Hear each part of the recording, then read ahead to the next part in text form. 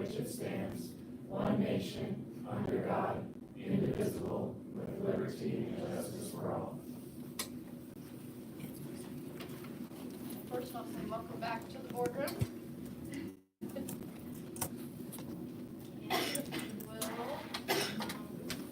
Begin with approval of the agenda. Madam President, I move that we approve as presented with the following amendments. Additional certified and classified personnel actions as presented, item number E-3, and 2, add item number L-2, executive session personnel matters for non-elected personnel. Is there a second? I'll second. Any discussion? All in favor, please say aye. Aye. Aye. All opposed? Motion passed. And then we will move on to public comment. You know, I'm already worried about saying your name wrong, even though Dana helped me with it. Where did I go?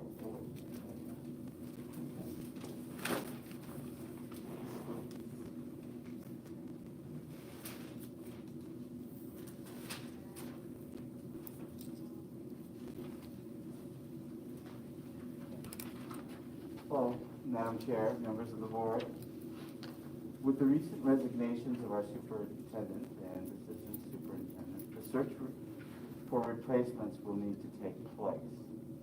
The relationship between the GCA and both positions is a vital one, as it is with the board. These relationships must be able to work together and with each other to make sure the overall well-being of the district remain ongoing. We have many topics and concerns that affect the GCA and our association as it does the district.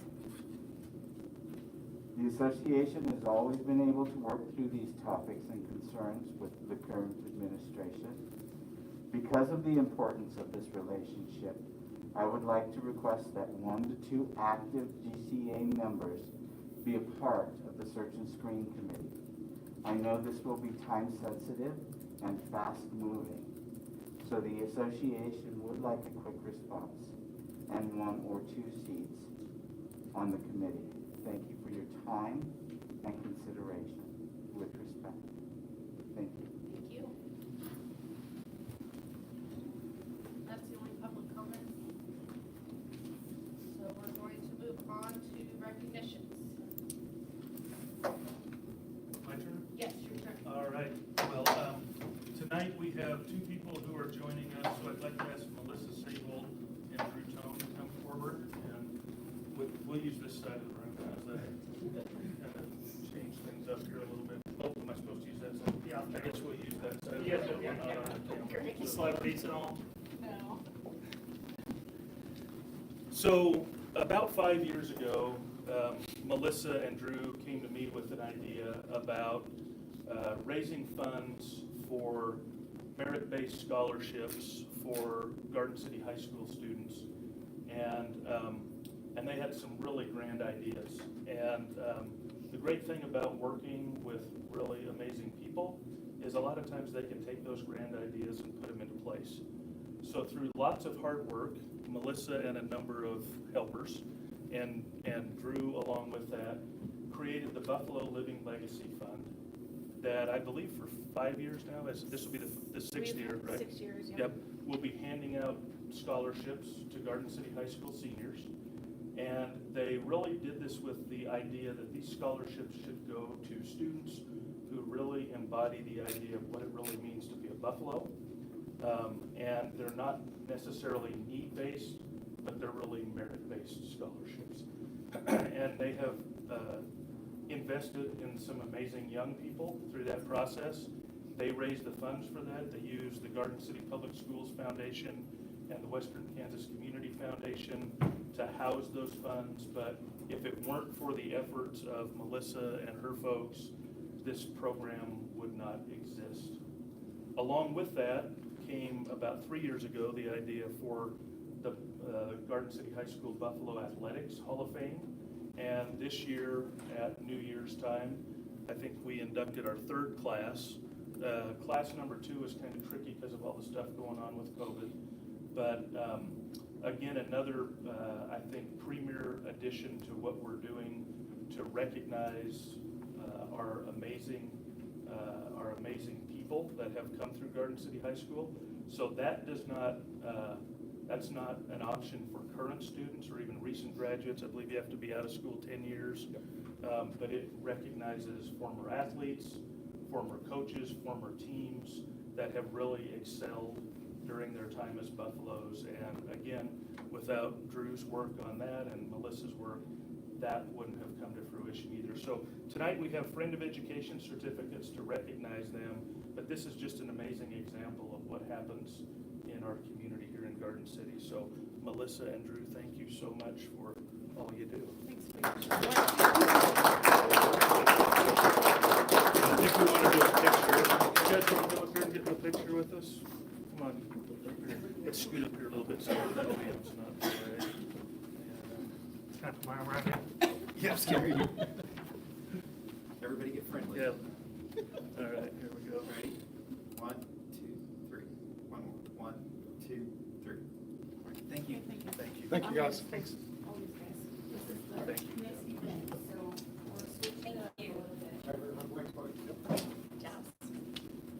See you then. Yes. All right. I'll get my registration in. Okay. Fill the registration out. I'm a good golf cart driver. Thank you, guys. Okay, and now we have our building presentation from GC to Chief. I know he's here somewhere.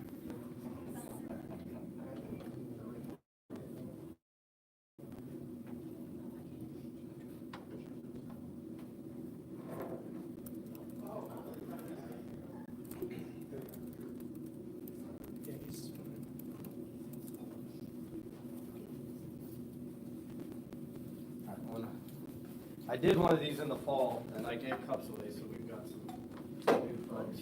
Thank you. All right. I don't know how the technology is going to work.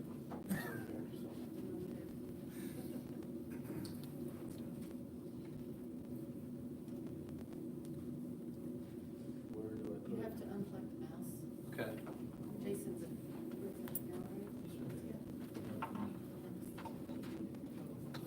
While they're working on that, I might give a little update. So I don't.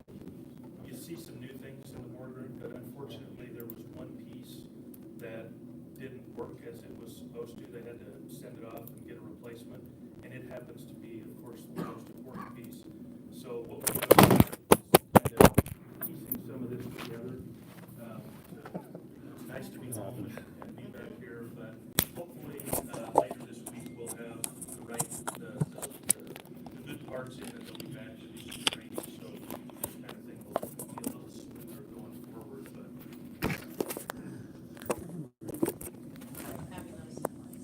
that was Stephanie, Roy, and Leanne that have been working on that, so.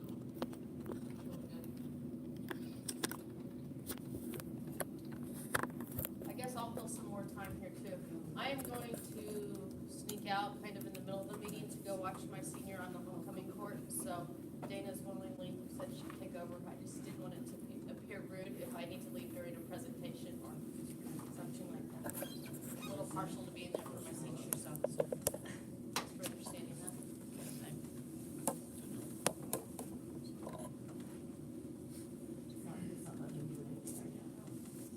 New technology. We still have Mark.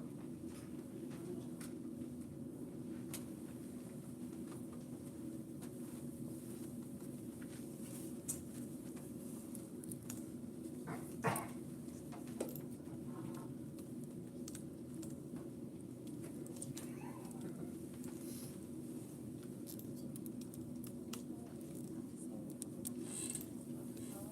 you gonna sing for us?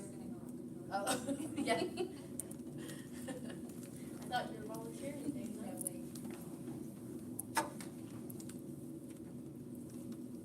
Mark says he's still there and hear us. Okay. Yeah, it's coming through really well, so. Good.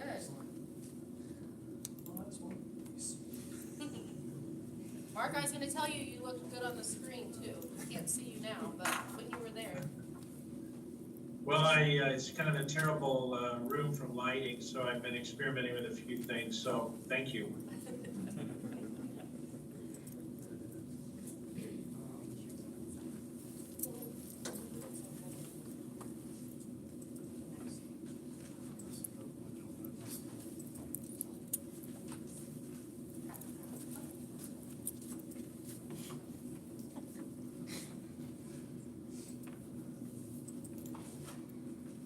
I got anxious about some big meetings.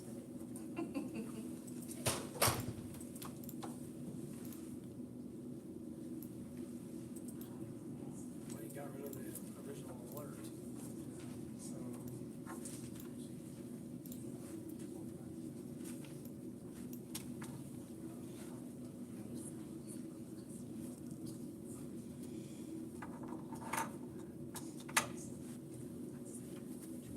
Yeah. Yeah.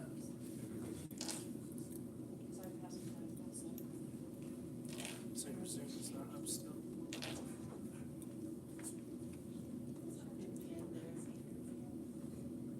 It's still going in. We just talked at the latest retreat. We just talked about the standards and the.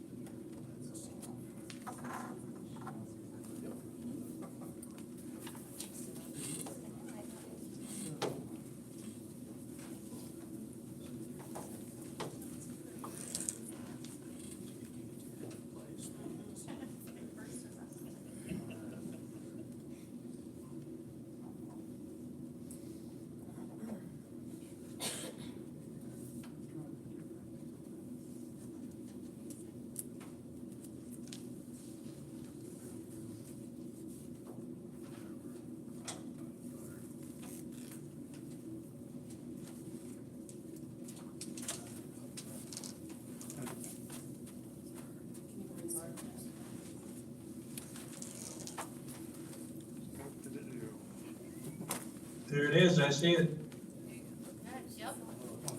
Thank you, Mark. Alright, we'll make this quick. Hopefully Glenda didn't start my timer already. Yeah, 5 minutes ago. All right, so my name's Lucas Sullivan, and I'm going to talk about GC Achieve, some of the programs that we have at GC Achieve, formerly the Alternative Education Center. But the one thing I would really want to highlight tonight is our student council. I have one of our graduates, Bibiana, graduated in December, and she's one of our active members on our Stuco, and she was able to be here tonight. So first off, I would just want to kind of go through some of the changes that we have put in place this year at our building. Our building encompasses the day school, which is a special education program, the Therapeutic School, the alternative, it used to be Alternative High School, Achieve High School, the Virtual Academy, Garden City Community College Auto, we have Gear Up Kansas, we have Adaptive PE, our OTs and OPs. So, and Jennifer's been to our building. There's a lot of different moving parts in our building, and I think new board members, you're coming Thursday, if I'm correct. So lots of different things going on at the J.D. Adams building. So just some things that we've changed this year. We've got the alternative high school and the TP are on the same schedule. One thing that was very big for the students and staff were vending machines, just something simple, but a huge thing for our students and our staff. Obviously, you can see the new logo, the new branding, our school name. Just getting rid of the negative, some of the negative thoughts with alternative setting and GC Achieve. Our kids are really buying in. One thing that I don't have on the presentation that our Stuco's done is get a lot of gear in kids' hands and staff's hands. So getting that gear out there, similar to when we started at Horace Good, just getting that brand, that name out there. Another thing that we are a pilot school for the Project Echo for anti-vaping. So, and I'll talk more about that on Thursday, but just we have an action plan, and we were one of, I think, 30 schools in the state, and the only alternative school that was selected for this process. So it's been really cool working with the state, coming up with an action plan that we're kind of going to be putting into place second semester. Lots of community partnerships, Empirical Foods, Feed America, GC Arts, the growth of the automotive, future addition of a playground. I want to thank Dr. Carlin and Glinda on their help with that. I'm told August 1st is our date that we're going to try to have a playground ready to go for our kids next year, which I'm very, very excited for our kids having that opportunity. So other things, we were able to get radios. Safety's a big thing of mine, so we were able to get 10 radios. All lead teachers, all staff have radios in our building now. And then we've updated our cameras and monitoring system. I now have a TV in my office that has all the cameras in the building up so I can see what's going on in real time. So just some of those things with safety. But the big thing I wanted to talk to you today was our Stuco and all the things that they've done in the first semester. One thing that our Stuco did was a fall fest. So this included every kid in the building. Every kid got to either participate or help. Stuco really came up with the different activities, but every classroom had our high school kids working with our either day school TEP kids and doing different fun during Fall Fest. So this was kind of a cool thing that incorporated everybody, got everybody in the building, and I don't know, I just know our little people in the classrooms really loved interaction with the high school students was awesome. Monthly popcorn sales is something that they do to raise money for different things throughout the year. So one thing we did with Feed America, we got a bunch of boxes this summer with food, and also it had a lot of different products. And it had some female like cleansing products, makeup, stuff like that. And we really like, what are we going to do with this? So our Stuco got together and let's make spa kits for family crisis, and they were able to give those out to people that were in need of that. So that was a really cool thing that they did. Another deal was a fundraiser, and thanks to those people that bought tickets, but we came up with 5 baskets. So basically every class came up with a different basket, and we raffled those off, and it went to one of our students who was fighting cancer, and we were able to give them a check and some other things for them to work on, for them to help with, traveling back and forth to Kansas City to Children's Mercy and helping that student back, and he's back in the classroom, and just a really cool thing that our kids did, and that was, again, Stuco came up with those ideas. Another thing, and this was, I was at the Veterans Day Parade, and I'm like, that'd be cool if we could have a float in the Christmas parade, and I gave it to Stuco with about 3 weeks, and they were able to get it together and have a float in the parade. So I really thought, another thing, getting our name out there, getting that positive energy. I know that they had a good time with it and really enjoyed getting our name out there. Another little thing for our first responders, they did breakfast.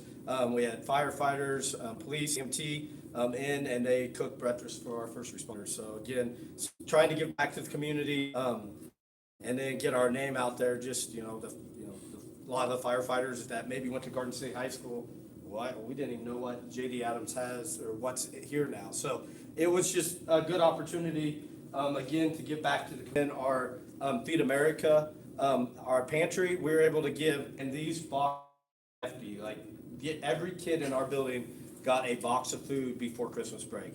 And talking to some of the families, that was the ability to get presents for kids because they didn't have to worry about food over the break.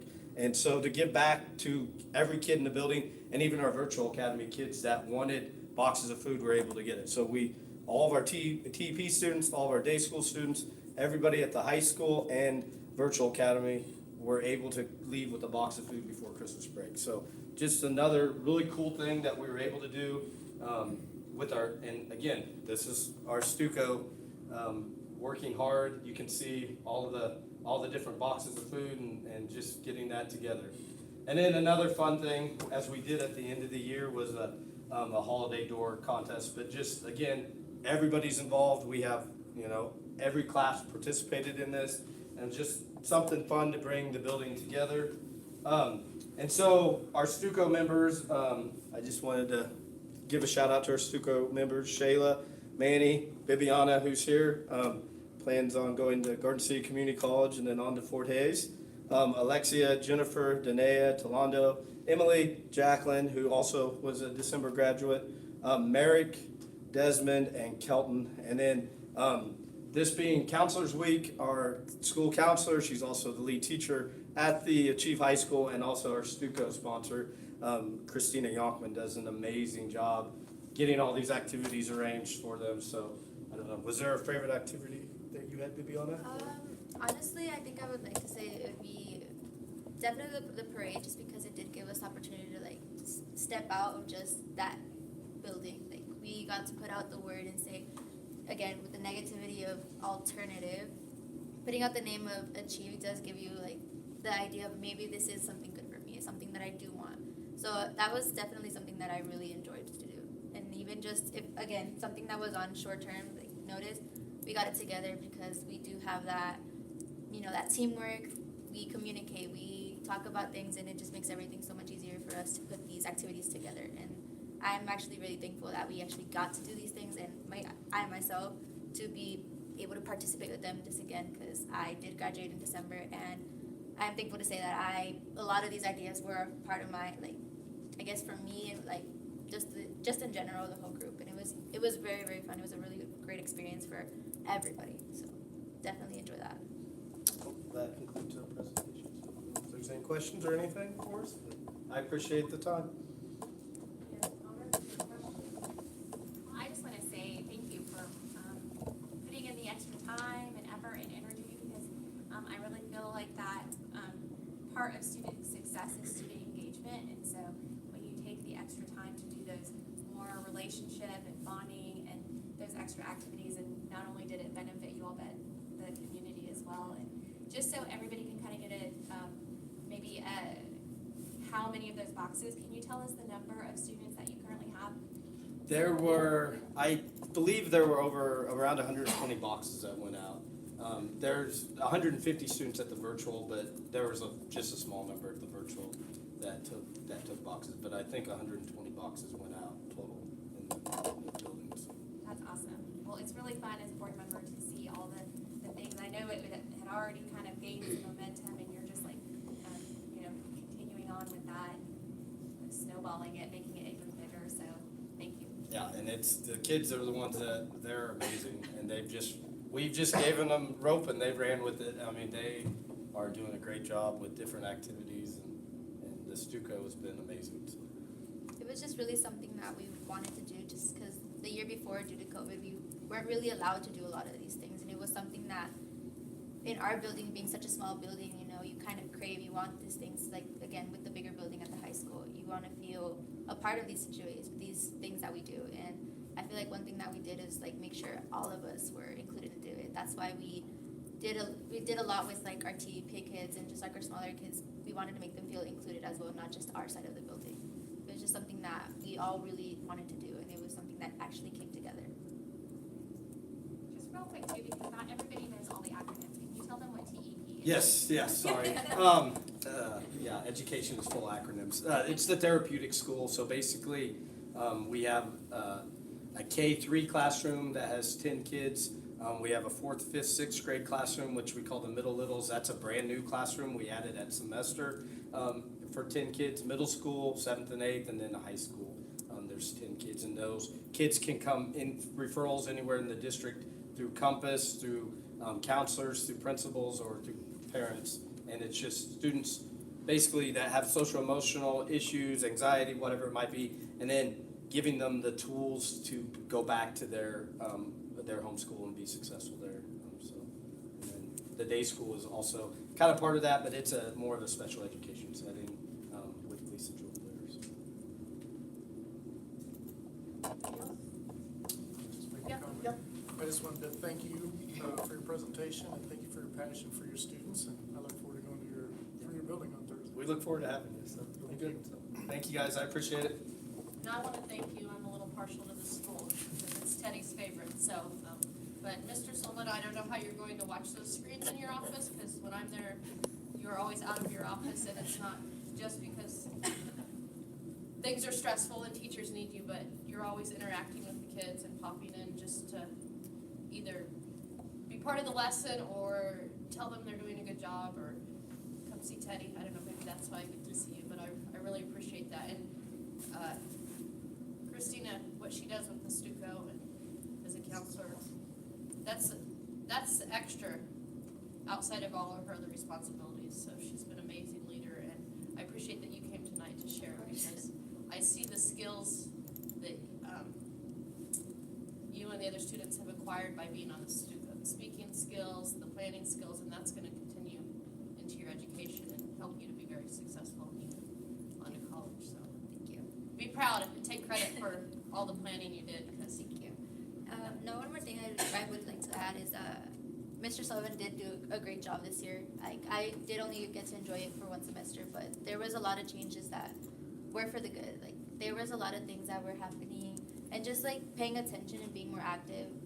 He kind of builds like a connection one-on-one with students. You know, like I could still come up to him like, oh, you know, Mr. Sullivan, like this is what I'm doing with school, and I feel like that's a big part of it. Like Ms. Youngman as well, she builds a connection with you and make sure she reassures that, you know, she'll make time for you and stuff like that. And that's another thing, beyond of all their responsibilities, they still make that time to have that connection with students.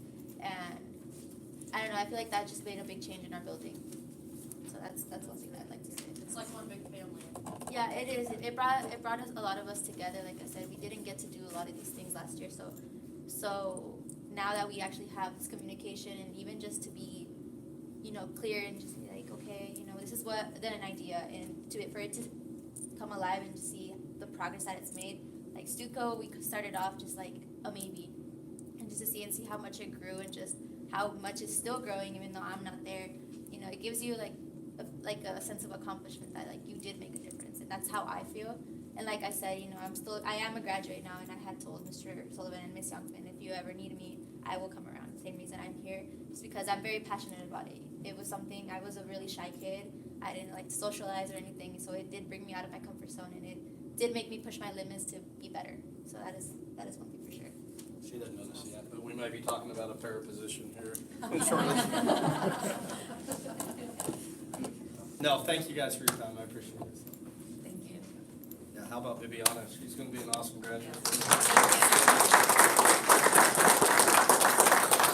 Thank you, guys. I guess we're moving on to, any correspondence? Okay, move on to the consent agenda. Madam President, I move that we approve the consent agenda as amended. Yeah. You want to say that? Okay, as amended. Is there a second? Any discussion? All in favor, please say aye. All opposed? Aye. Okay, motion passed. Sorry, Mark, I meant to wait for you. And we are moving on to our board goals update.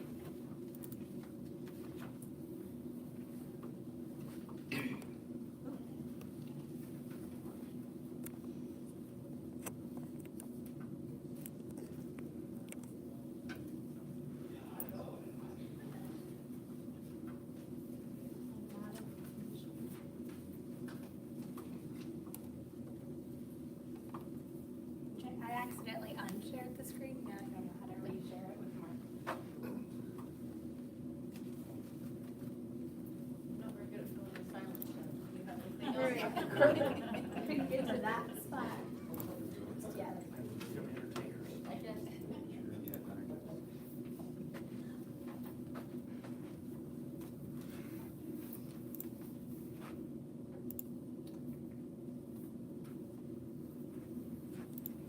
All right, good evening. I'm here for a career and technical education update. And since some of you are new, I wanted to start with just a quick overview of career and tech ed and who I am. So I'm Jenny Hans, and I began teaching in 2012. I taught creative writing and ESL language elective, not in this district. Then I moved to Garden City, started at Garden City High School in 2014. I taught English and journalism. That was my introduction to the world of career and technical education. And I have been the Career and Technical Education Coordinator since July 1st of 2016. I love that I get to have the opportunity to make opportunities for our students, and that's really how I view my position and what I do in the district. So about career and technical education, CTE status is given to courses by the State Department of Education. Most of the courses in Career and Tech Ed earn 0.5 weighted funding. There is a misconception that it's all courses. Not all courses do get that 0.5 weighted funding. Our introductory level courses do not. And then any dual credit courses that fall under CTE do not get that weighting either. So then I did give you a handout that can try to help explain all this a little bit. So if you look at this page, each of the headings that are next to a building are what we call a cluster. So that's an umbrella area that covers a grouping of CTE pathways. You will notice some of the umbrella areas only have one thing under their umbrella, but some of them have more. I went ahead on this page and then underlined the pathways that we offer here in Garden City, so you can kind of see which ones we do offer. So a pathway is a grouping of classes that prepare a student for a high skill, high wage career or post-secondary education and training after they've completed that. So we have 3 course levels for each pathway. The minimum number of courses to have a pathway is 3. So we have to have at least 1 introductory level, 1 technical level, 1 application level. Many of our courses, many of our pathways have more than 3 courses. Most of them do. But that is like the minimum. If we were to start a new pathway, we would need those 3 classes at the 3 different levels. So our goal is to make something called CTE completers. Those are students who earn 3 or more credits in 2 or more levels of a singular pathway and earn an industry recognized credential. Some of our big ones are Serve Safe in both early childhood education and restaurant event management. Also OSHA 10, which covers so many of our pathways. We do have others as well, but those are our 2 main ones where we have the most students completing right now.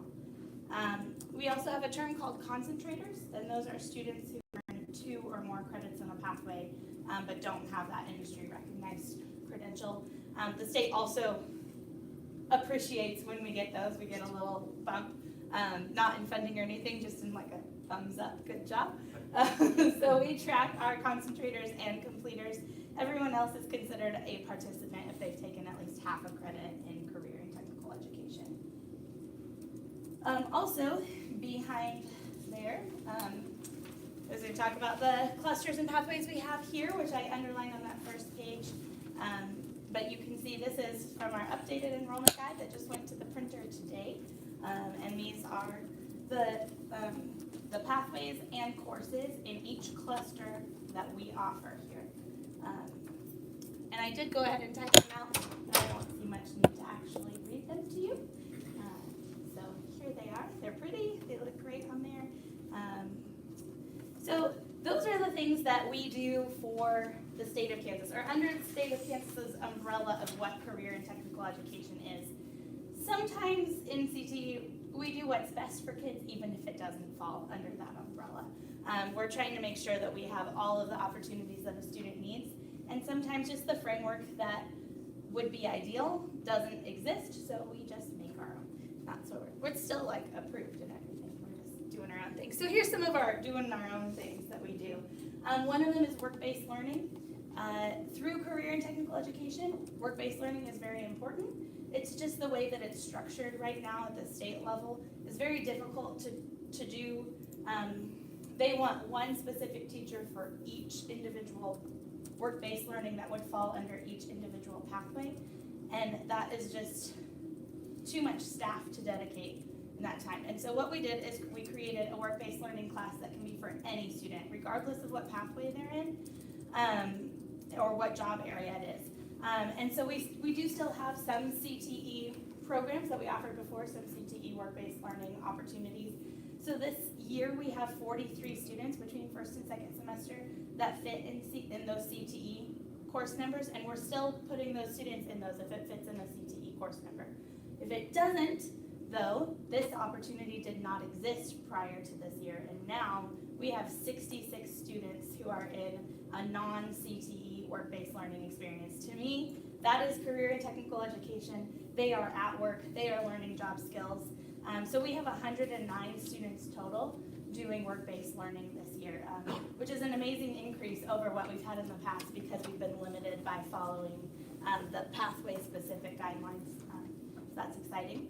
Also, some of our dual credit classes that we're offering are not a part of one of our pathways. Maybe we don't have the teacher or the resources or the space or the time to have a full intro level, technical level, application level course, but our students still have an interest and our community has a need. So we've partnered with Garden City Community College to offer a few new programs. So some of these are in their, these are mostly in their second year, EMR is in their first year. But we have 9 high school students and 7 Achieve students doing automotive technician. That does not fall into one of our specific pathways. We have 9 students in carpentry and 4 students earning their manicuring certification and 3 students in emergency medical responder. So we're really excited about those.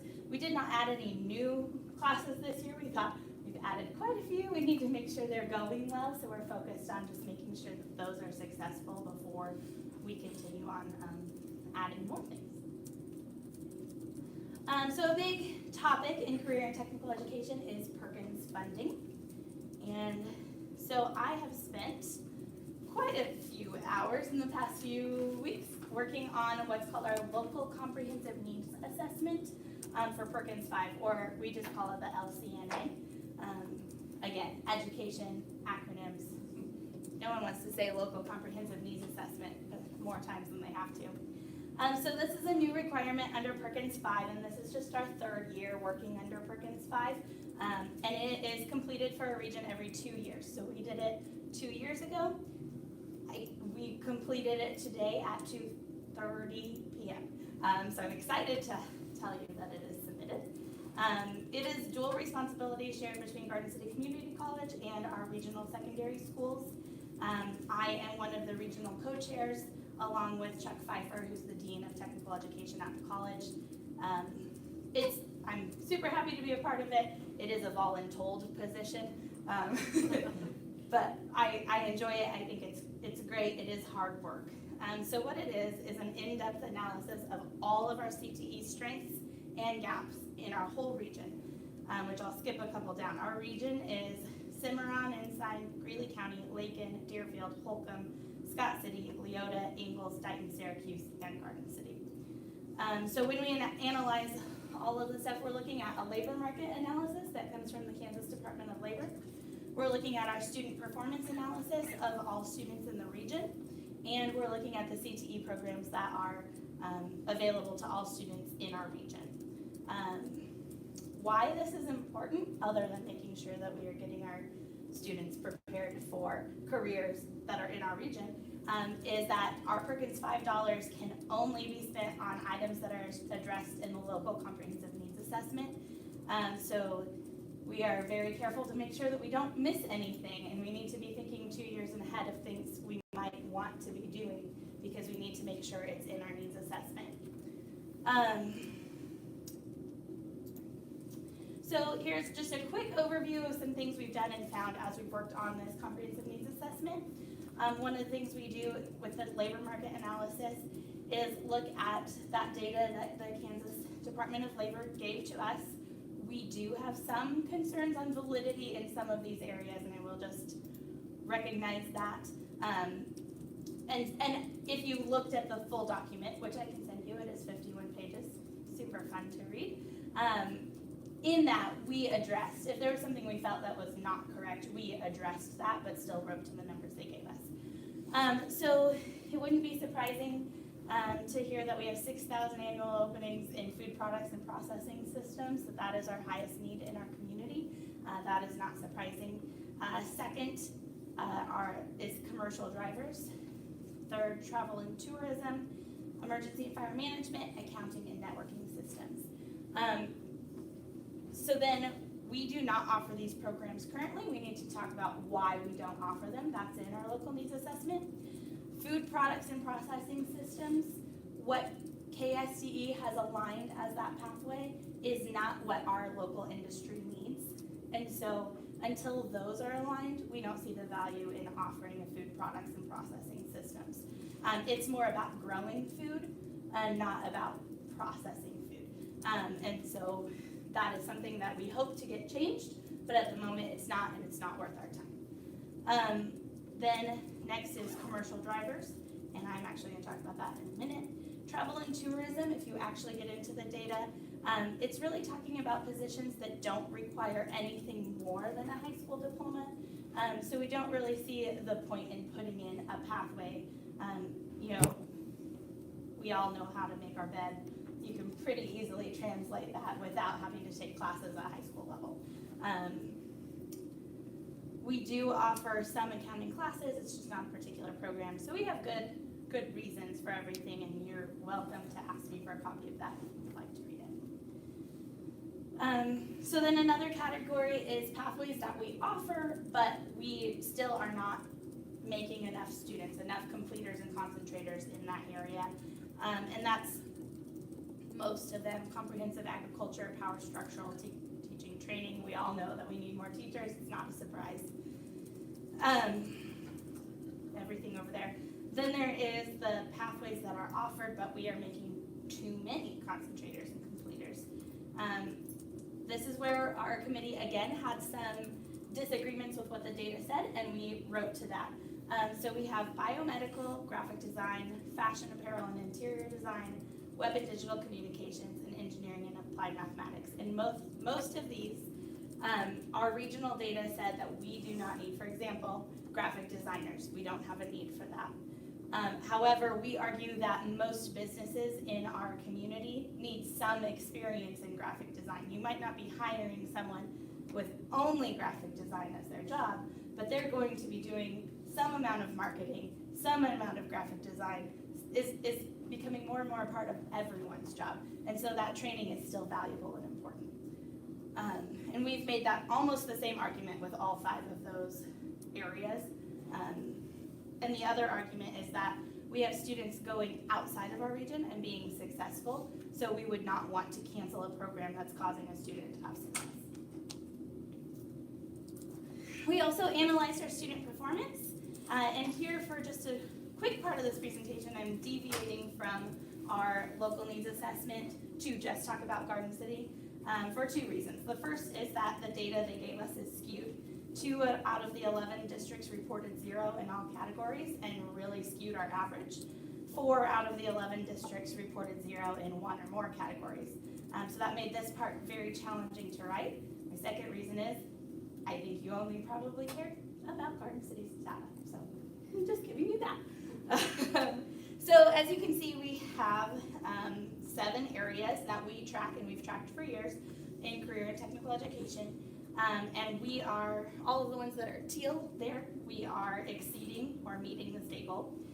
So that's graduation rate, our total placement, that's in college or career, non-traditional concentration. When we say the word non-traditional in career and tech ed, we're talking about gender only. So you have boys in health science is non-traditional, you have boys in restaurant and event management, girls taking classes in manufacturing, all of those are non-traditional. And if you're interested in that, there's an indicator on that first page of which pathways are non-traditional by which gender. And that is also set by the state, not by me. So we're exceeding the state goal there, and in post-secondary credits attained. Where we're struggling still is in academics, in reading, math, and science. Here is a nice little chart that none of you can probably read. But what I wanted to point out is this is our special populations. So not only do we track overall, we track by special population, individuals with disabilities, economically disadvantaged, English learners, non-traditional students, students with a migrant worker parent, homeless and migrant, active military parents, foster care youth, and then we have the total at the bottom. So what I'd like to point out is in a lot of these areas, especially right here, post-secondary credits attained, the state goal is 52%. And for example, non-traditional enrollees is at 51, English learners is at 43. So although those special populations are not meeting the goal, we are close. We could get there, I would say, fairly soon. We're just not quite there right now. We also evaluate our CTE programs. So looking at the size, scope, and quality, we are in a lot of our areas we talked about, we're not producing enough concentrators, but our classrooms are full, our teachers' schedules are full. we are operating at capacity. That was true of all of the school districts in our region. It was also true at the community college. We felt that was important to include, that we really are doing the best that we can. We have great community partnerships. We would like to work with industry partners to create multiple entry and exit points in our programs that's tied to earning. So we could show a student, if you take this pathway, you could get hired here and you could make this much money, versus you don't take this pathway, you get hired, you'll be at this level. So trying to help get some incentive that's tied to dollars. And also we would like to continue to improve our advisory councils and use their input even more. Some of our pathways are doing great with that. Some could use some improvement. Implementing programs of study. We have made a lot of progress in the number of dual credit classes that are CTE and available to students. But if we want to see those special populations numbers increase, we need to add a few more, and we need to be pretty specific about finding out which one would be the best to add.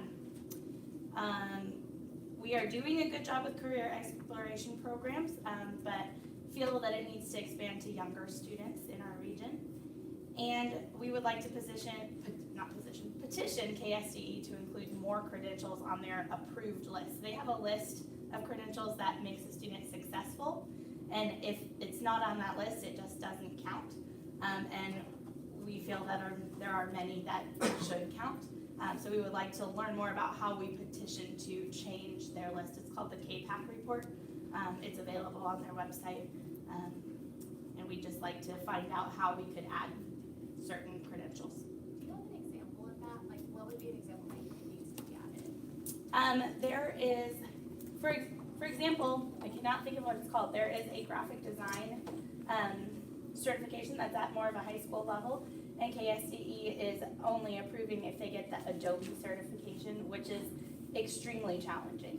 It's not at a high school level, so we'd like to look for the one that's at a high school appropriate level, something that's more entry level than that insanely advanced Adobe certification. Because we have had students try and take it, and we have not yet had a student earn it.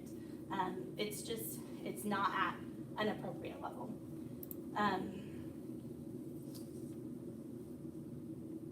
Then there are some pathways that don't have any certifications that are approved, so we'd like to find one and suggest that get approved. We also have recruitment, retention, and training. I feel like you should be the one that talks about this. Of course, we have a teacher shortage, so CTE is affected by that. We do have the alternate route for teaching CTE for credentials for that. We've used that. Garden City Community College has used that as well. That just requires that someone has worked in that industry for 5 or more years to be credentialed, and we have used that. We do use a significant portion of our Perkins funds for CTE-focused professional development. We offer a competitive benefits package in our district. But one thing that is important to note when we're talking about career and tech ed, recruitment and retention, is that CTE teachers could make more money working in the industry than they can with us, and so that's just going to be an ongoing struggle. Then progress toward improving access and equity. We feel we have a strong English language learner program. Our graduation rate, placement rate, non-traditional program completion, and post-secondary credits rates are all very high in all that big chart I showed you. We're doing pretty well in all of those areas. That's a great highlight. And the job shadowing and work-based opportunities that I talked about earlier are plentiful now. So I'm proud to announce that we submitted that. That is quite a few hours of work between Chuck Pfeiffer and myself. And so what's next? So there's something that KSDE does called the CTE Scholarship. Those applications are due March 1st. Right now I know of 9 students who are working toward that application. It is a rigorous application, and I hope that at a future meeting I can bring at least 9 students up in front of you who have earned that award. It's not a scholarship, just an award, but it's still a great accomplishment for our students. Our pathway applications, to keep them in good standing, are also due March 1st. We have 2 that have been submitted to KSDE. 2 are awaiting my review because I've been writing the needs assessment, and 7 are nearing completion, so we have 16 total, and that's where we are there. Our teachers request what they want me to use that Perkins money for. They'll have from March 1st to April 1st to request that. I write the grant in May, it's due June 1st. So that's a big thing coming up for me. And then based on the local comprehensive needs assessment and discussions with our community stakeholders, I'm always researching the possibility of adding something new.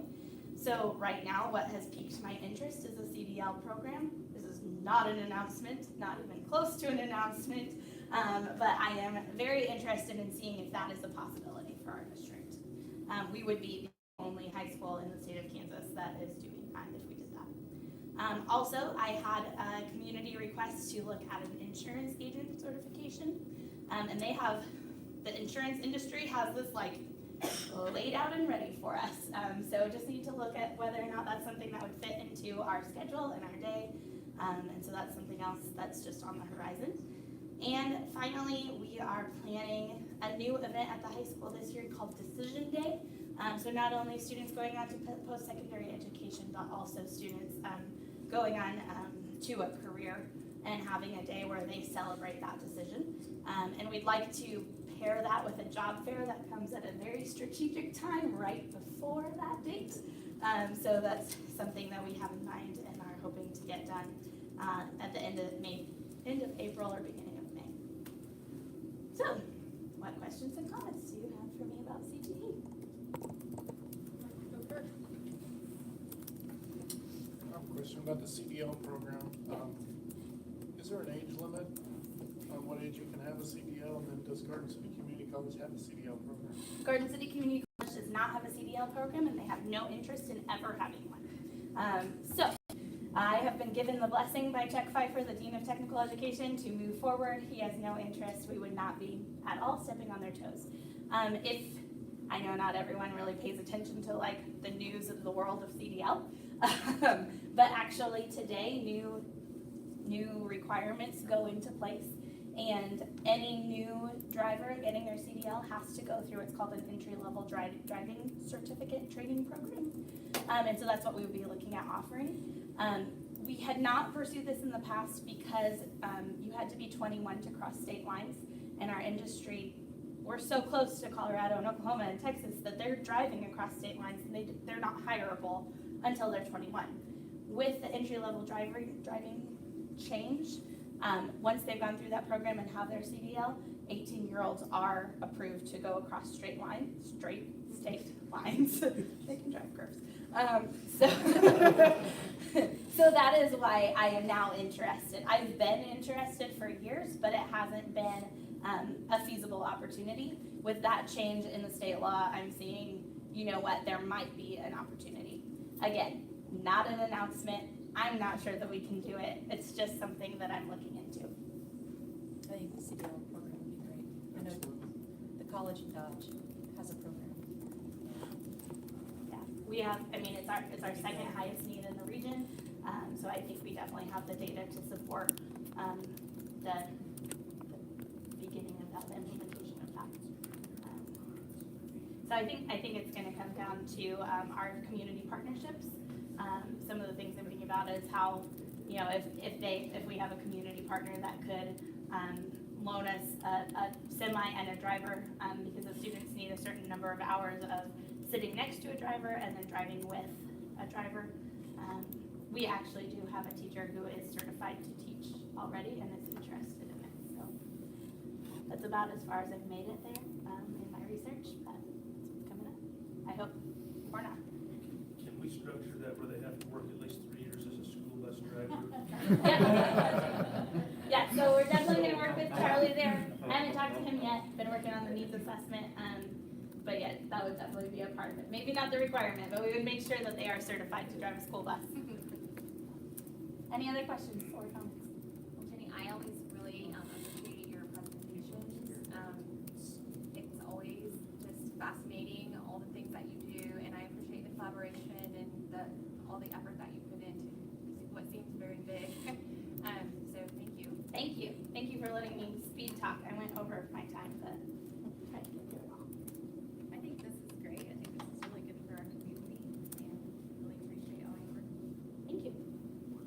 I just wanna say, wow. I don't know when you sleep, but things you. I have a 3-year-old who's waking up at 5 a.m., so not often. Make sure you know, so, the opportunities you're providing and creating pathways for these students to be successful and to contribute to our community it's amazing, and it's an asset to our district that I hope more people realize that. Thank you. You're doing a lot of good things. Thank you. I'm trying.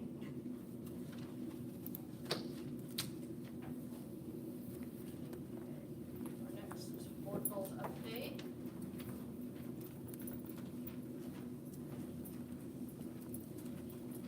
It didn't tell me who's, oh, it does tell me if I read the hard enough. Otherwise I would. It's just really, really long, Jen. I'm the kid that didn't read all the instructions at the beginning of the test. Someday I'll learn.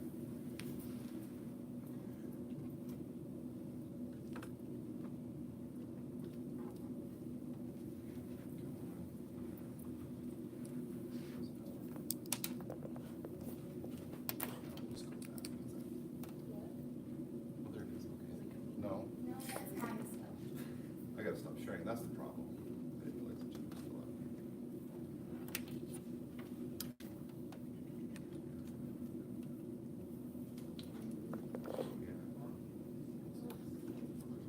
Yeah.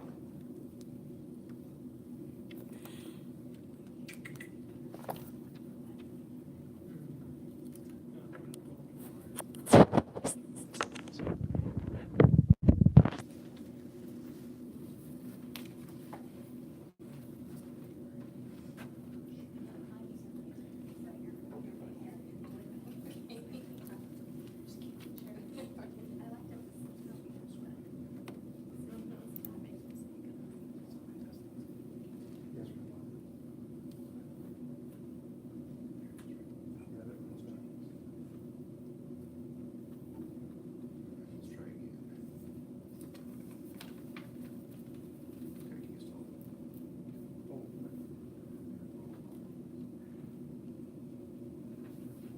Oh, yeah. See, I'm just as bad as you, Jennifer. I didn't read all the way through there either, so that's why I was bringing up the wrong thing. All right. I'm gonna work on that, I promise.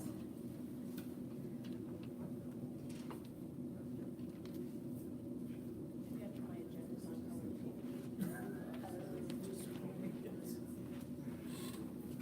All right.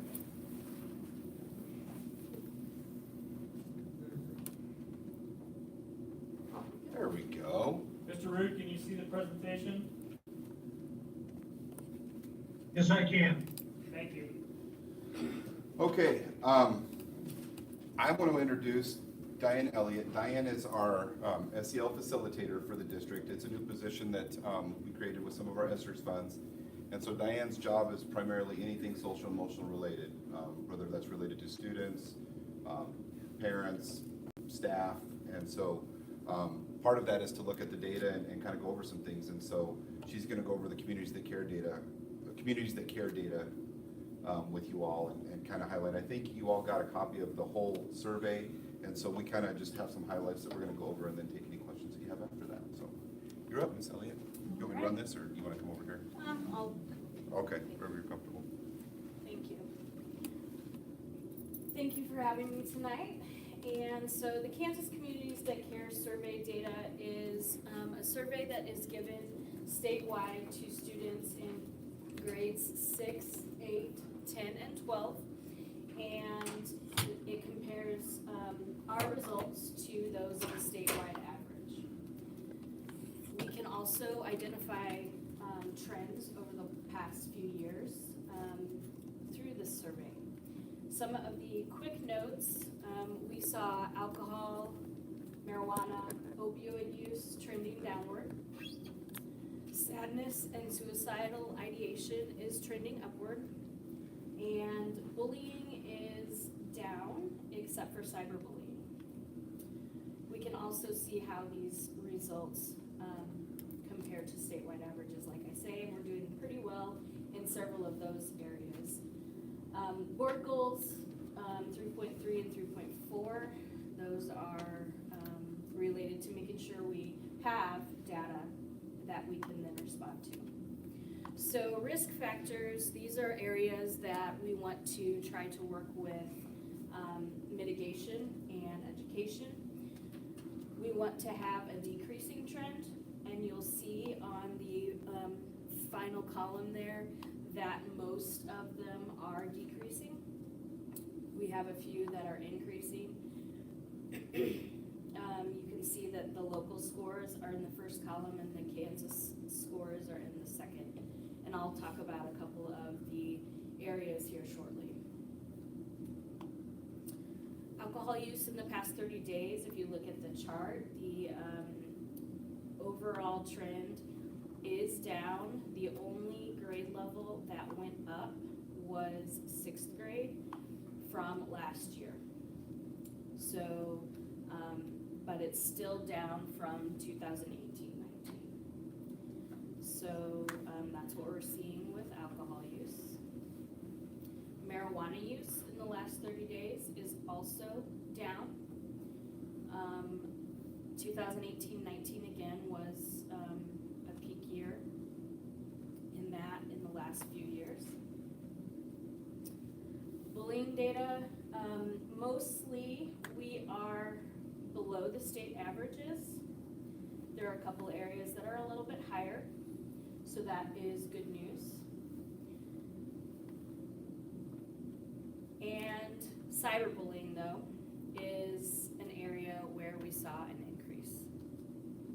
And you'll see in the 6th grade, that again was the biggest jump that we saw. As far as sadness and suicidal ideation, we know that one of the signs of depression is changing some behaviors, and stopping unusual activities is up compared to last year in all grades and both male and female genders. We are, however, below the state average, except for in 2 of those categories. You'll notice that the red boxes are the ones where we are not below the state average. Have you ever thought seriously about killing yourself? Again, we do see some increases there over the prior year. So those are the red percentages in the various categories. So this question is asked in 3 different ways: in the past 30 days, in the past year, and over 1 year ago. Protective factors, these are areas we would like to see an increasing trend, and you'll notice that most of these are increasing except for the areas of family. Family rewards, family attachment, family opportunities for involvement. Those are the ones that we're seeing not going the direction that we want. As far as the school domain, we have some good news in those areas. We have some increases in chances to be a part of class discussions and activities. We have some increases in enjoyment for being at school. We had a decrease and then we're going back up. So that's something that we've seen. And then there was a couple other increases. Chances in my school to talk with a teacher one-on-one, and then also feeling safe at school. So those were some protective factors that we are seeing increasing. Do you have any questions about the data? I know there was a lot in the reports. That is just a quick few highlights and concerns. Yes. Question. I know I was talking to Dr. Carter earlier, and this is used for some grant requests. And so I was wondering if you could talk about what those things are used for and what kind of funding you've got. There is the Social Emotional Advisory Council that was started in the district a few years ago. And so that group is has done dives into this information. We're currently working on an action plan related to this data, but, and I get to come back in a month, I think, to tell you more about that. But briefly, what we're doing is we're looking at starting a few different pilot programs.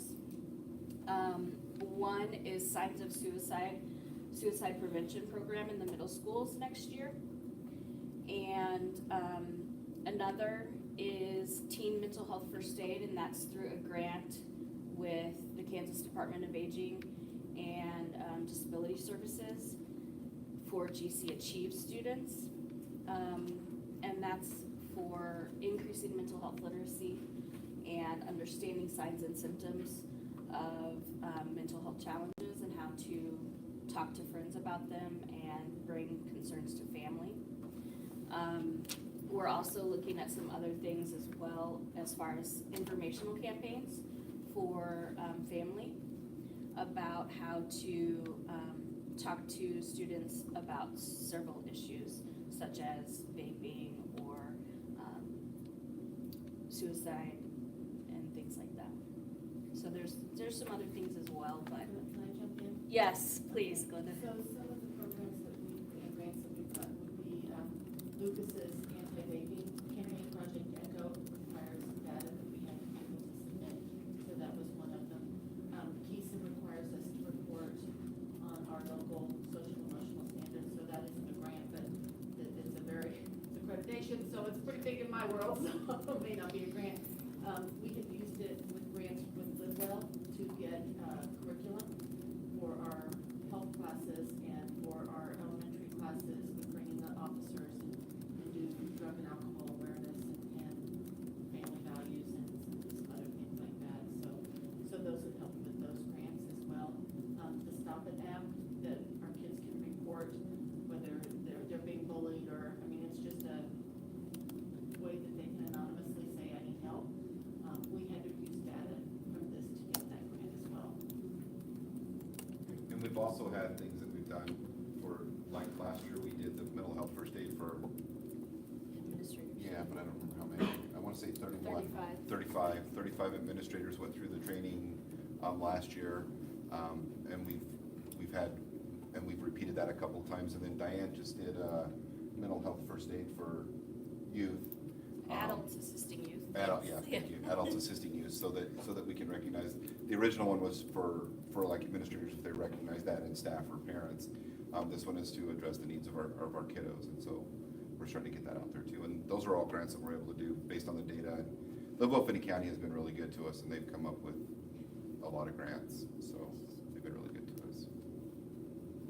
Has this also sparked some of the, or have we collaborated with the counselors at the high school as well? Because I know they've put on some new parent meetings with some of these issues that you've mentioned already. Yes, they had one earlier this year about sexting, social media, digital media use, and they've had several other. There was a mental health focused one. The one tonight is about safe dating relationships, I believe. So they're doing some with that as well. Is there a good turnout to those programs, do you know? It is pretty small. So we are talking about how to best engage parents and families. So that is something we are open to ideas with.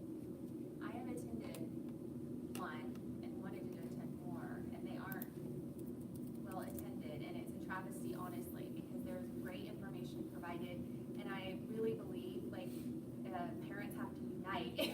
It was like meeting some of the parents that were there. There was only 5 or 6 of us, but we all, like, determined, like, we need to work together, like, protect our kids. Because the one I went to was the, just more information about vaping and drugs and things like that, so.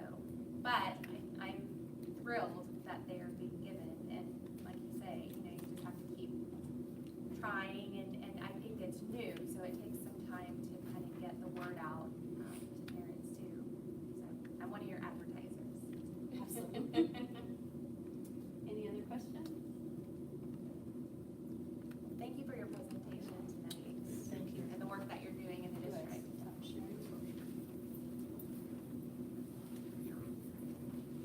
case you didn't hear earlier, Jennifer had to leave, so her daughter is in the homecoming board tonight, so she didn't want to think that she's not interested in your presentation. She has a senior, so. Now we are going to have our presentation on textbook adoption for the 6th grade science section. Yes, so if we just are moving from one topic to another more uncomfortable topic, it's the one that makes adults as uncomfortable as it is kids to talk about. But my name is Jason Johnson, Director of Curriculum Assessment, and I've also got with me a couple people that helped with this process. So as I'm getting this up, I'll let them introduce themselves, and then we'll get going. So go ahead. Okay. I'm Jenny Mitchell. I'm the Sexual Risk Avoidance Specialist. I work with ABC Pregnancy Care Center. And I'm Byron Clark. I'm a 6th grade teacher at Bernadine Sits.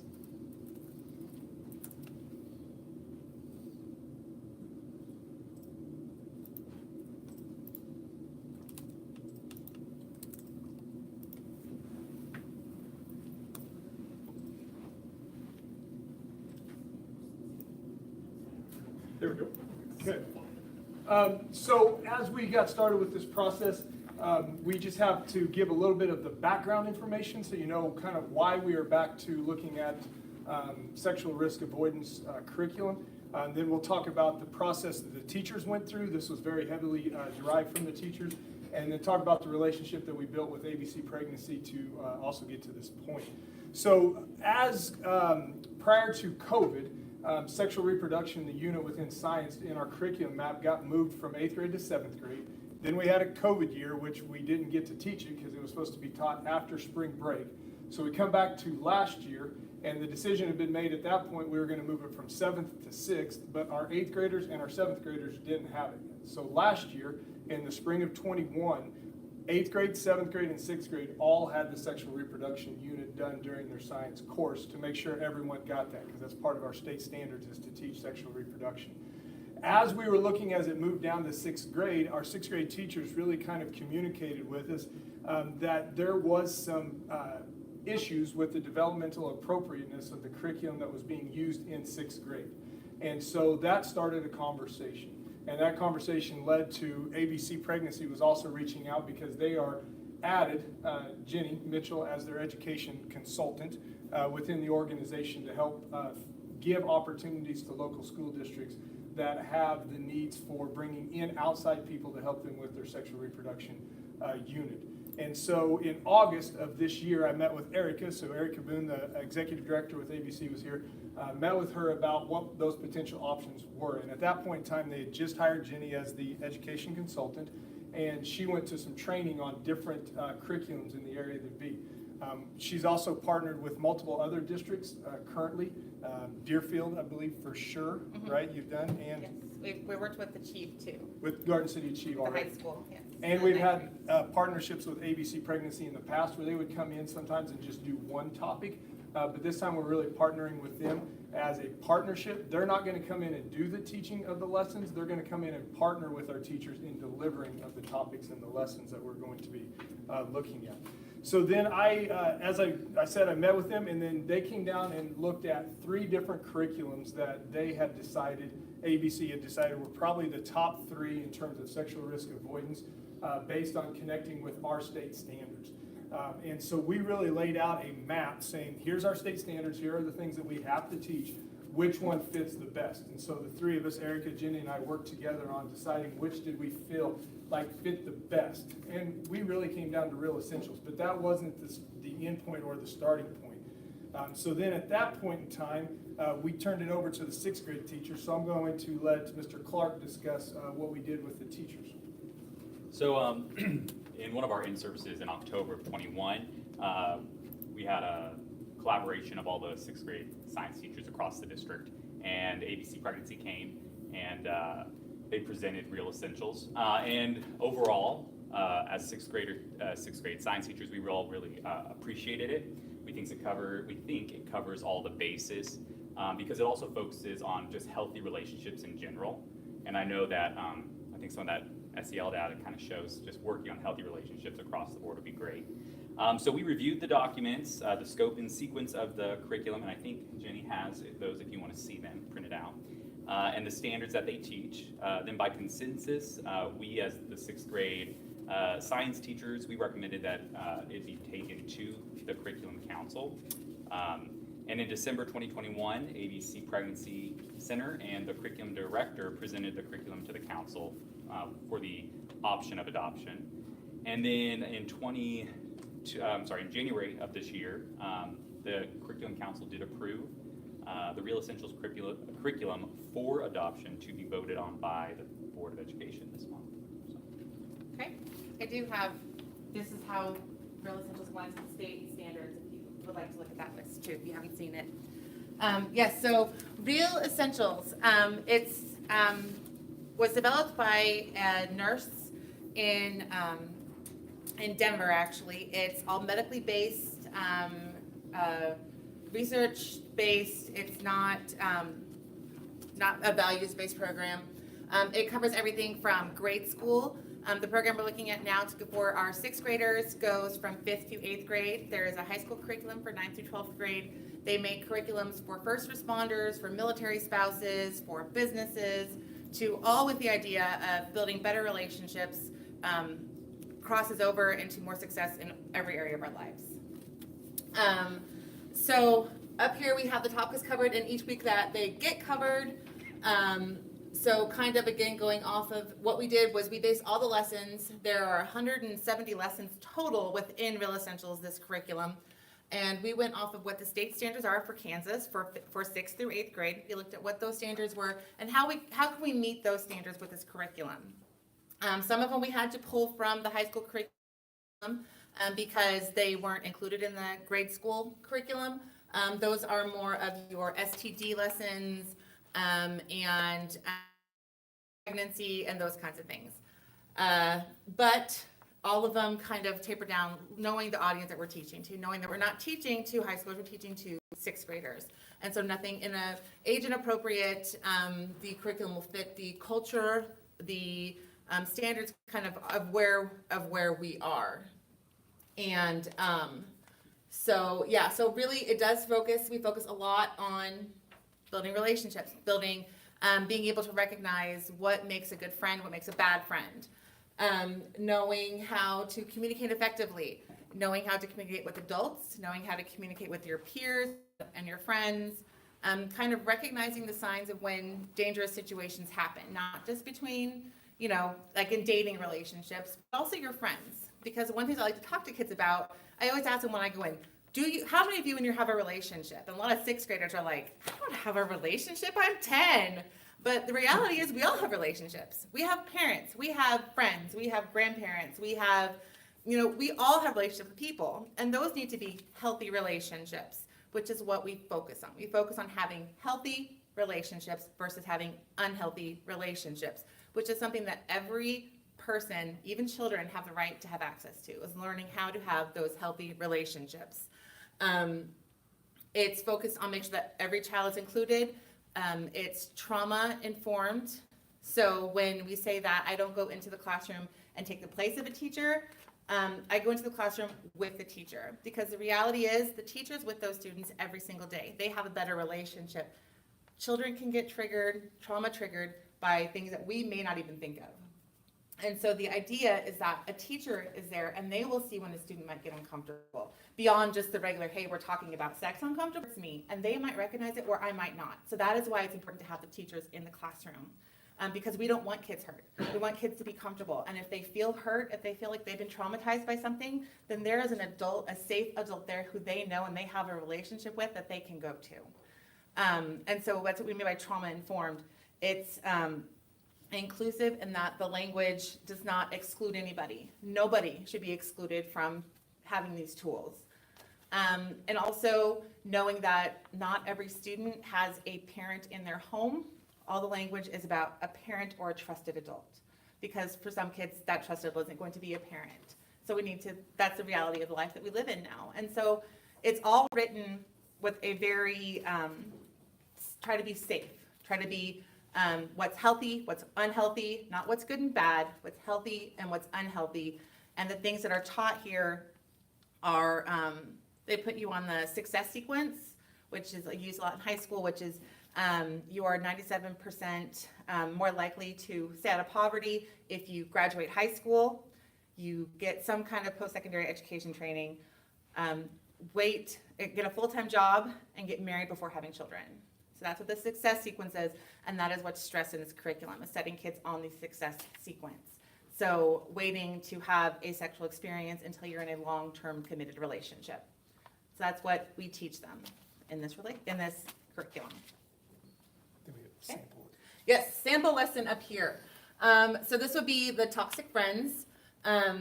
It's a lot of self-assessment. It's very hands-on. The kids are very involved. I don't stand up there and give a lecture. It's interaction with the students, building a relationship with those students. Because I do want them to trust me. I want them to be able to feel comfortable, because we build up. Because you have to kind of build trust with kids if they're going to listen to you about things that make them uncomfortable, like sex. I can't go in the first day and say, let's talk about sex, kids, and absolutely not. They don't want to hear that. That's not going to be comfortable for them. It's going to be a little weird for me too. So we want to build trust. And we do that through interaction. By talking to them, there's games that we play, there's icebreakers. I interact with the kids. I try to learn their names. I bribe them with candy, all the good things. So we talk about things like toxic friends would be one of our lessons. I would have a PowerPoint presentation that I would go over that would lead them through our discussion. And we would discuss some of these topics up here. Like, when this person's around, do I feel upbeat and energized rather than depleted and drained? This is a self-assessment, okay? This is not me gathering their papers at the end of the day and saying you get an A or a B. This is me, now you need to look at this and think of your friend. And if you answer more of these questions that are yes than no, then should you be friends with that person? And that's what a lot of the lessons are based on. Some of them have hands out, almost all of them have hands out or worksheets that we go over. Some of them I want you to bring back, especially if it talks about talking to your parent or trusted adult. I want you to go home and actually do that. I want you to go home and actually talk to your parent or trusted adult about what are safety barriers online. Setting up those healthy boundaries. We talk about healthy boundaries. Talk about having a parent or trusted adult, and everything is research-based and age-appropriate. So one thing that we did do a little bit different for this year's curriculum, we moved it within our map. So it was done right after the second unit, which was done right before Christmas break. So normally it had been done in the springtime. Then we had originally maybe moved it into January. This year we moved it into the last 2 weeks of school before Christmas break to go ahead and do it there. That way there's just this cooling off period after teaching sex ed before we come back from school to do that. The other thing that we changed this year that will carry into next year is it used to be an opt-out of the entire piece or the entire session of the sex ed reproduction unit, which also still had at that time healthy relationships and other components to it. This year we broke it down into the 6 individual units, and parents could opt out of individual units instead of the whole section. We'll continue that process. That was something that was very much wanted and needed from the 6th grade teachers, is parents wanted their kids to be in part of it, but not in all of it. And so we were able to take each one of those units and do more of an opt-out of individual units versus the whole piece. So that's one thing that we did change this year, was within that opt-out piece. And I think we saw more success with people staying in for multiple units this year than we had in the past. Real quick, I forgot to talk about the cost. It is a very minimal cost. It's about $2.50 per student per year, just for a consumable workbook that would go through. Depending on if and when this is passed, then we would start working with individual buildings and with Jenny on how do the buildings want to approach the teaching of it. She can't be in 9 different buildings at the same time, the same day, so we'd have to work out within our map and our scope and sequence if buildings are wanting to use her for her assistance for the whole time or part of the time, we would work out a schedule to do it. So each building may see when the reproductive unit is done at a different time, but it would all be done, hopefully our goal would be within the first semester. Okay, so that's the last little bit of details. Any questions? You all have some questions? Yeah, I might jump in a little bit. So for our new board members, just kind of like Jason said, if we're going to start with a curriculum adoption, why not start with one of the tougher ones, right? So, but that just happened to be the one that has gone through the process. So to explain a little bit about our process, typically when we're adopting a curriculum, we will have committees of teachers involved in reviewing the curriculum. They work to really make sure that that curriculum is aligned to the Kansas standards. They work through our instruction office, and after they have reviewed the materials, they come up with a recommendation that goes to our curriculum council. And that group is a group that is, what are we, somewhere between 10 and 25 people typically? 14. 14, okay.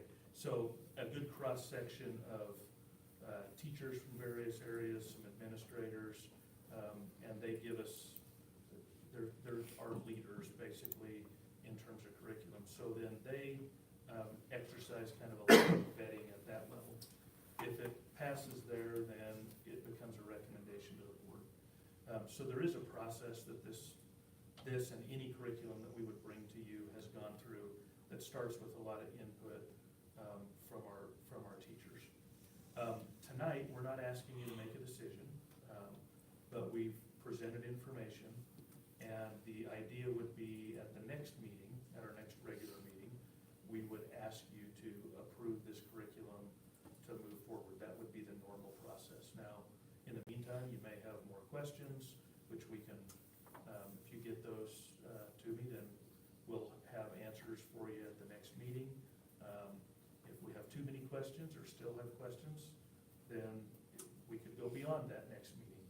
But typically, we would present it, give you an opportunity to ask questions tonight if none come to mind, but you come up with some going forward. It gives the public an opportunity to know that the district is looking at this, to interact with you as representatives of the public, and give some feedback before we actually ask you to approve this, which the earliest that would be at the next meeting. So hopefully that helps a little understanding of the process. Is the entire curriculum, is it available for us to review? You have a copy of it that we can get, right? Yes. A digital copy? Not a digital copy. Okay. I have like a hard copy. But I mean, I could, That's fine. I've got some of the lessons with me, and I have the actual 5th through 6th grade book with me. If you'd like to take a look at some of those lessons, I can absolutely, you can look through that book, that's fine.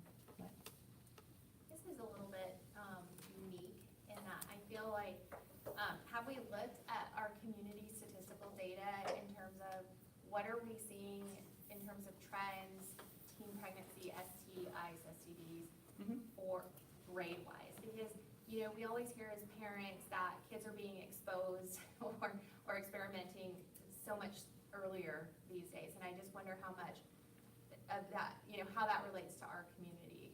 Have we looked at any of that? I don't have the current information, but I know it's trending downwards. Like for like the start of like when you're sexually active, like on national statistics. I know on national statistics, it's trending downwards. It's like less seniors graduating high school having had sex than in the past, and so like it is trending downwards. And so one of the things like you hear about sexual risk avoidance, the philosophy is basically when you teach sexual risk avoidance, you're teaching kids to avoid the risk associated with sex. Like you do, like we don't teach our kids how to do drugs safely. We don't teach our kids how to drink safely. So that's what the idea is behind this. It's a public health model of if you haven't started, don't start. If you have started, you need to stop. And so that's what you teach through sexual risk avoidance. And so some of these programs, there's a lot of schools that have implemented them for years, and I think more kids are starting to see the downfalls of starting to having sex too early, of having sex before you're in a long-term committed relationship, of having multiple partners while you're still a child, basically. And so I know that the national trends are trending downwards. The age, I'm not really sure on. I'd have to look more at current data, and I don't know if there's anything current for our area since like 2018. So I came across something called the Sexual Behaviors Youth Risk Behavior Survey, and the last date that it gave for that is 2015. Are they still doing surveys? I'm just thinking about the survey that was presented today about different risk behavior, so I didn't know if there is also a sexual risk behavior survey that's still being done. Can I speak to that a little bit? That's, as the director at ABC, when we first started thinking about including a program like this, that's been one of my frustrations and challenges, is trying to get that local data. It's easy to find data for number of births to somebody who is based on age ranges, but that doesn't actually tell us pregnancy numbers, and that doesn't tell us sexual activity numbers. And the Kansas Communities That Care Survey has a wealth of information, but none of it is related to any kind of sexual behaviors of our youth. But what we do know is numbers of students being exposed to things like pornography, and even exposure to unhealthy relationships within their families, that all seems to be going up. And at ABC Pregnancy, we do see students from our local schools. We've seen in the past as young as 4th grade students come to our centers. So that's been a while since that's happened, but we do have a wide range of ages that come to us, and we know that not everybody in a situation would come to us. But it has been a challenge finding that data, and if somebody knows of a survey, I'd love to have that information as well. I would say that, well, I'm pretty sure the last data I looked at, I think teen pregnancy rates were going down, but STD rates were going up. And I think at younger ages too. And so one of the things, and just, I serve on the curriculum committee, so just FYI, in case we're new and we're reestablishing committees. One of the things, or a couple of the things that kind of came up is like, teacher discomfort with teaching some of the current curriculum as being, and maybe it wasn't the reason. I don't want to skew the information, but I do wonder, because you talked about some of the things we did different this year. So has that impacted then how the teachers felt about presenting this curriculum? Yeah, I can say that breaking it down by each unit for parents to have that option, we did see a lot more students participate in certain ones rather than sit out. Not that there were a lot. And then also having like the leeway, as long as we still cover the standards, but we're able to adapt it to the needs of our specific students. That was really nice too. One thing that you mentioned that I agree with regarding like data, even though like maybe like physical sexual things are on the downward trend, we're seeing a lot of sexual exploitation of students online, and that kind of goes into that cyberbullying. So just kind of tie that into the healthy relationships, being able to be aware of that, because it's kind of astounding how many 5th and 6th graders are like sharing very inappropriate things, but they're also being manipulated by people, and so that's one thing that I appreciate about them focusing more on the healthy thing, because we have to remember we have some really young students. So like I have some 6th graders that are 10 that are turning 11 in 6th grade versus 12 turning 13. So we have a really wide range, and so being able to fit the needs of our individual classrooms has been really great and important. So. And just to answer on the curriculum side of things real quick, the work that was put in to develop the current materials that we're using was all done by current teachers, and here it wasn't a curriculum that we purchased, and so we went and was using best what we come up with. And while we always have to, through the STI and through sexual reproduction, we still use images. The Real Essentials product is going to be more sound to scientific graphics versus just some things that may be able to be pulled off the internet as quickly. So it's going to be a little bit more appropriate for our 6th grade students, and the anatomical graphics that they will be looking at will be more fitted that direction than maybe some of the curriculum that we did have, that when the 6th grade teachers were using it last year felt like it was just a little too intense at that time. So we've taken the intensity down without taking the information down. Well, it is tricky in our district because, if you do research and you see middle school, a lot of times that's 6th or 8th, Correct. right?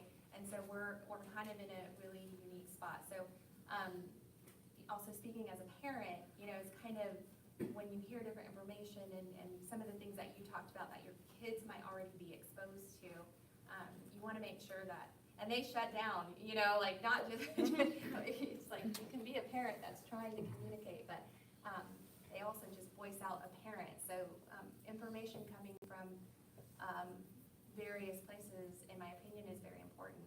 I know sometimes people say this isn't a teacher's job to explain these things, it's a parent's job, and I agree to that as well, but, as we know, like, at a certain age, kids just, they're gonna zone out what you say, and so it's important that they're getting, good and factual data. So I appreciate all the steps that you went through,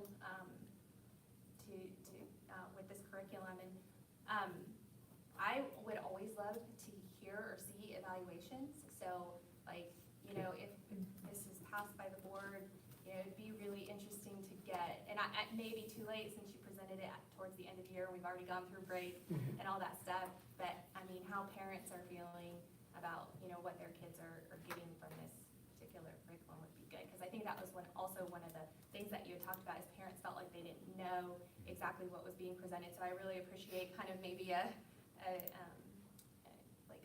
Topic list. For parents, so, because it's scary out there. So, thank you. I might add too, with this curriculum, the one we have currently, as well as if the board adopts this moving forward, parents have to opt their kids in. So no kids will have this curriculum unless the parent has opted them in. And parents have the opportunity, if they want to come and preview all the materials, then we will make those materials available for parents to preview, if they feel they want to do that. So, and that happens now. If we move this direction, then that will continue. It will be opt-in, and the parents will have the chance to see any or all of the curriculum that they would like to see. I know we talked about the data and current data of what our demographics are with this. Is there any way to do a survey with the kids, the students that went through this afterwards, to evaluate What they got out of it? serious and if they didn't? So Real Essentials is very data driven. It's all about evaluations. When I did the training, I had to evaluate before we started, and I had to evaluate when I was done. So they actually really encourage you to do evaluations. I've got forms that I can give the kids at the end of the program that evaluates what they got out of it. Did they learn anything? What was something they really liked? What they thought was kind of like useless knowledge? You know, it really evaluates the materials that they were given and if they were useful or not. So, yeah. Sean, did you have a question too? I was gonna ask you, how does the opt-in process work? I mean, is that sent home a piece of paper, or? I assume it's a piece of paper that was sent home for this. It was a letter that we did it at parent-teacher conferences, right? In October, a letter was sent home, parent-teacher conferences, or handed out at to parent-teacher conferences. At that time, that's when the parents were to return and sign which topics they were opting in or opting out of. I think we'll need to review the letter, make sure that we'll have to update it for if this is adopted to the different topics. But basically, if you did not check mark any of them, then you were opting into all of it. If you put a check mark next to, or your initials next to the topic, that's what you were opting out of. But if we didn't get a signed letter back, then they were not in it. It's an opt-in process. If the parent doesn't give permission, then the student does not participate. And one thing, we do the letter in the language that's spoken in the home, so it's really accessible to parents.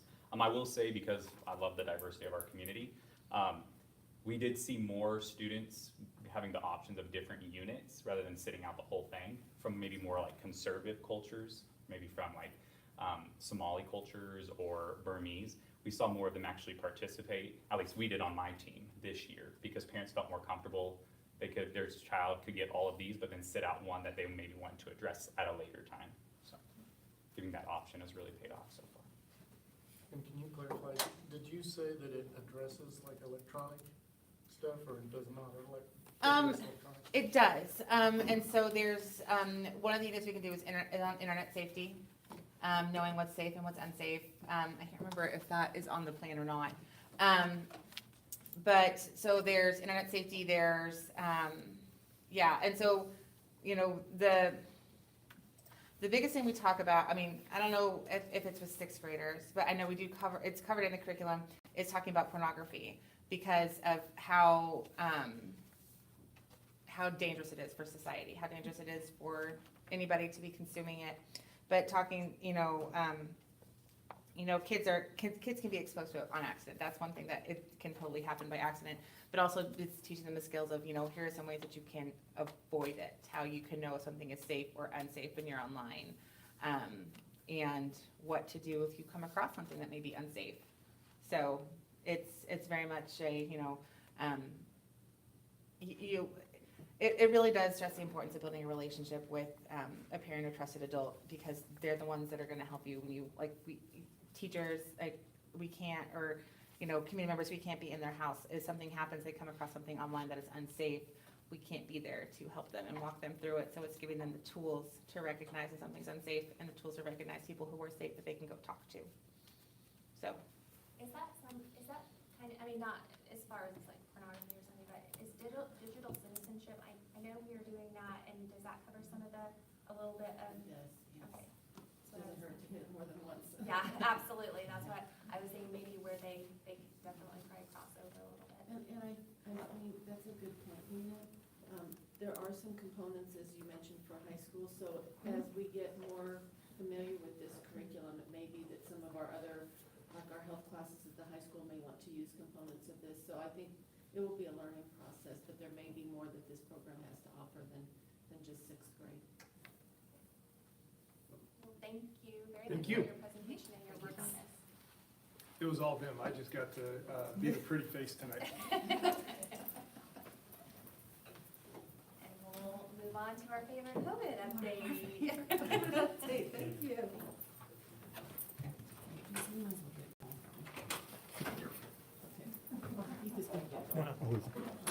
I need to load this too when you get done. So, he's gonna help you do it. I need to load this after.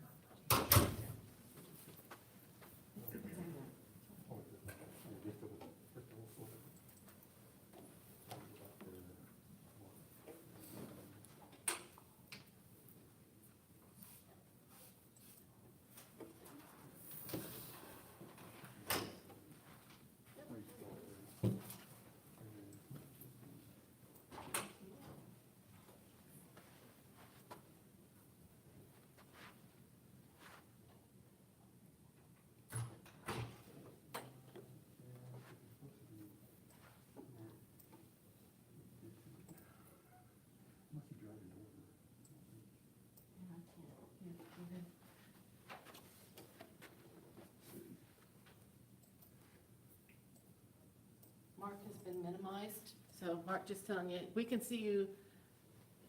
There we go. Well, You too. yeah, but we can't seem to get access to you on the computer, so. Oh, there you go, you're right there. Uh-huh, there you go. That one? Uh-huh. Yeah. Right there. Oh. Now he's back. Now he's back. Okay.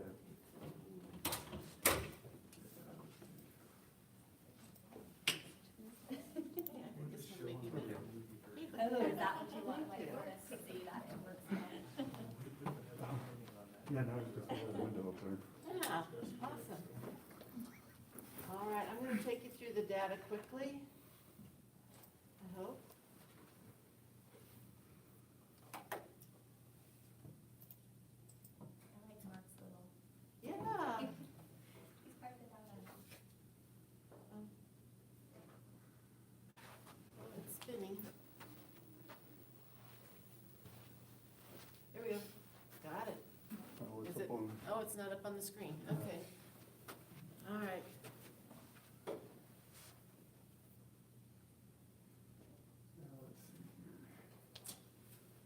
let's see here. Nope, it's just Mark. One mouse even over there. There it is. There we go. The material was there, but now it's gone. Well, I've got a nice summary that I can give if we can't get it going. Do you see? Nope, it's not up here. There it is. Oh, maybe it'll show up. Mark can see it. Nobody else can, Mark. I Let Mark present. Mark, you want to take over? Sure.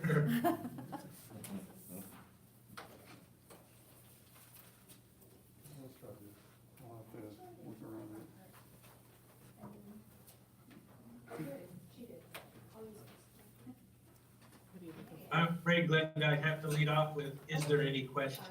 Yeah. Actually, this is a good week for me, Mark. So, okay. Yeah, that's fine.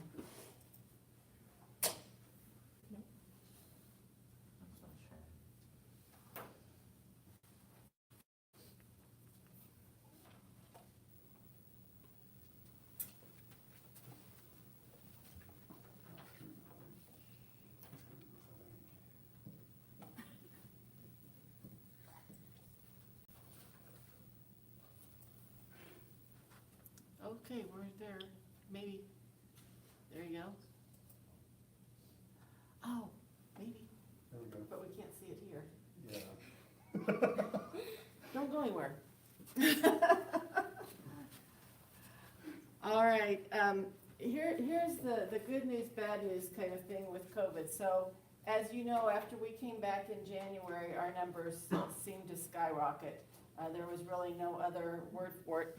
And you're going to see every single one of these charts go up. And they just seem to keep going up. Last week hasn't been added on here because the county is a week in behind us. So, so this is Finney County, and you can see that it jumped quite a bit the week before. Can we go to the next one? There we go. Positivity rate did go down just a little bit.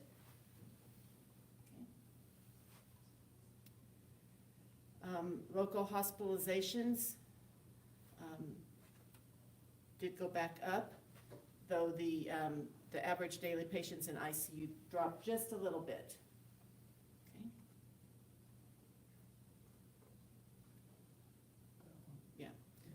So Michelle thought for sure we would hit the 1,000 student mark in 1 week's time from the 932 to 1,000, but they held off for us, so we did hit the 999. And our positive tests did drop that we were given here at school, so.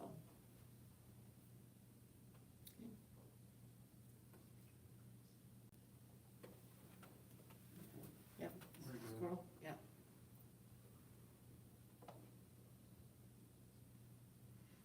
There we go. All right, these are our student absences. So the top one is student absences by day. This is all student absences, and the one on the bottom is COVID absences. So you can see then that week of January 24th to the 27th that started to come back down again a little bit.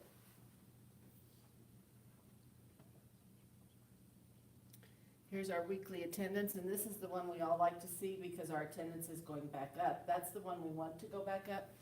So we're starting to see more kids in school again. There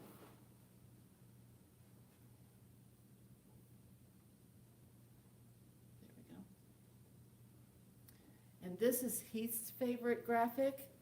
So staff absences, you can see that we did have quite a few there at one point at that peak time. Can you scroll up just a little bit? There we go. All right, so the bottom lines are for COVID. So you can see there that we peaked at that 50 in 1 week, and then we've now come back down. And I think you set a record today on low sub requests and high fill rates, so. Yeah, we were back to 77% fill rate today, which is the highest we've been for a while. So it's starting to come back down again.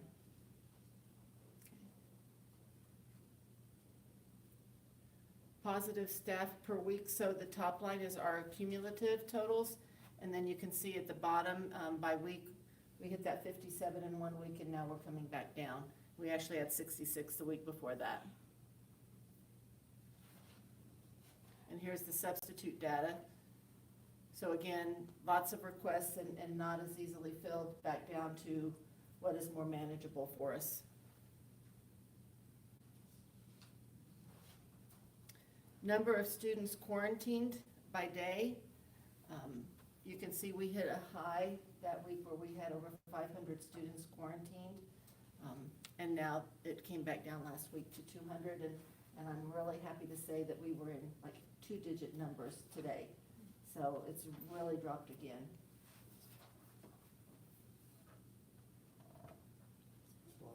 Yep. Yep. Clear over. Yep, keep going. There you go. Oh, okay. So there should be one more slide on the PowerPoint.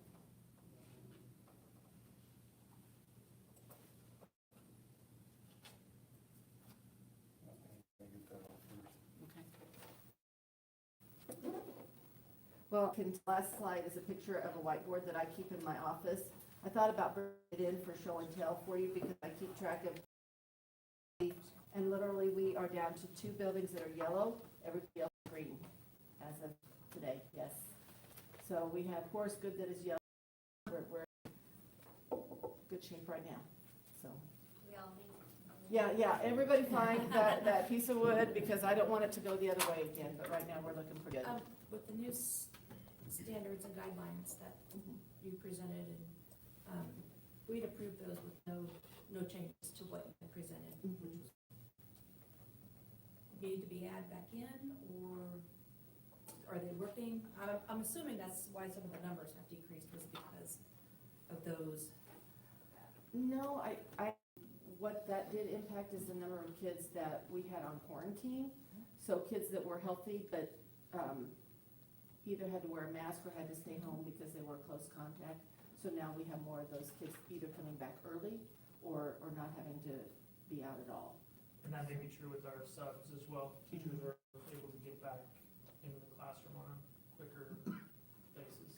So we've not seen more cases because of the lower quarantine. No, it's actually been less. Yeah, the change in can come back after 5 days has really been a game changer. Linda's board, the last time it looked like this was right when we came back from Christmas. And I think it was maybe before the end of the first week, but maybe early in the second week, and all the green was gone and we were back to yellow. But to see this is really encouraging that hopefully we have seen the peak and we are trending down. We've had a few weeks here where we've not had a full week of school because of snow days and some things, and so there may be a little bit of comparing apples and oranges with where we were comparing full weeks, but most of the time, especially with staff members, those things, if they have COVID, if they're out a day because of a snow day, then we find out about it the next day. It's not like we're not gonna, it's not gonna show up. So really encouraging news, I think, and hopefully. Yeah, we do still do the screeners in the morning, and those, kids that answer that have been exposed or I'm not feeling good, those go to the nurse. We actually only sent 2 home today. So I think that's encouraging as well, that more kids are feeling good. Our flu numbers have gone up. So we had 9 cases of flu last week and we had another one today. So we're gonna probably watch that a little bit. Maybe a trade-off there a little bit. How many positives did we have there? We had 1, but the student had been quarantined through that snow day and stuff, so it really didn't impact any classrooms. So we just had 1 positive today. Do you think the contact tracing is being missed or not, or? It's kind of a mixed bag, and it kind of depends on who you talk to, I guess. So I know we have some staff members, for example, with some pre-existing conditions that put them at risk, and I think they kind of missed some of that protection that the students wearing masks once they've been exposed gave them. But there is a method for them to appeal to the personnel department and get an accommodation, if you will. So we do still have some of those situations. So I think that was kind of a mixed bag, if you will. Do you feel it needs to be brought back, or that we're good with? Right now, I'm holding safe with what we've got right now, and if we go back up, ask me then, and I might say, oh, we need to do something different, because right now, we're doing really good. So, Wasn't this just a 1 month yes, trial? yes, so So 30 we days. have to reevaluate this on like the 18th of I think it's February Mhm. 18th. Yes, it is, correct. And then we'll get more guidance from the state. Right. Thank you. Thank you. Thank you. Okay, so the next item on unfinished business is the discussion of board vacancy. I'm just gonna read really quickly, the information, just on the statute, and then kind of what we were given as board members, just for the general public. But vacancies on board of, this is it statute, is that how you say it? 25-2022, and that's vacancies on boards of education filled by appointment, publication of notice, term of appointee. Any board shall have power to fill by appointment any vacancy which occurs thereon, and such appointee shall serve for the unexpired term. When a vacancy occurs, the board shall publish a notice one time in a newspaper having general circulation in the school district, stating that the vacancy has occurred and that it will be filled by appointment by the board not sooner than 15 days after such publication. If such vacancy occurs before May 1st of the second year of the term, leaving an unexpired term of more than 2 years, such appointee shall serve until the second Monday in January after the following general school election as provided in KSA 25-2023 and amendments thereto. In the latter event, the unexpired term of 2 years commencing on the second Monday in January after the following general school election shall be filled at such election, and the ballots or ballot labels and returns of election with respect to such office shall be designated as follows: to fill, in quotation marks, to fill the unexpired term. End of quotation. Board vacancies. I don't know if I need to read that. Do you suggest I read the no word must? No? Okay. So the board may not interview, discuss, or vote for applicants for a vacant board seat in executive sessions since board members are not considered non-elected personnel. Should the board decide to fill the vacant position, the board, after waiting 15 days from the date of publishing the vacancy, may do so in any manner they see fit. Most recently, our board has used the following methods. The last 2 times there has been an opening, the board appointed the next highest vote getter from the last election. In 1982, the USD-457 board had a vacancy, and they approached prior Board of Education members and appointed a prior board member. Can I read that last statement? Okay. In talking with other superintendents, others have had interested parties apply by either completing a written application or participating in interviews with the Board of Education, which must be done in open session. So when you say a written application or participating in interviews, they can do a written application without doing public interviews, or it has to be both?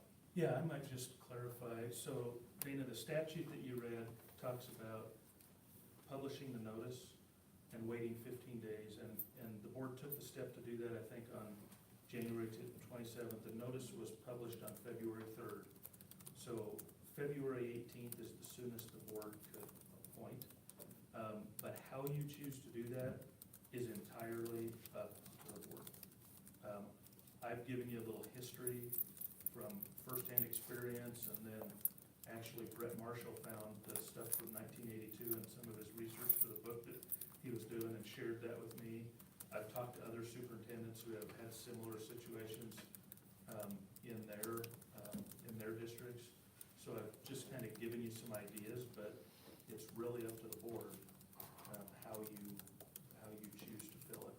After that date is the soonest you could take action, but if you choose to do applications, they're a matter of public record. If people fill out, answer some questions, however you want to call that.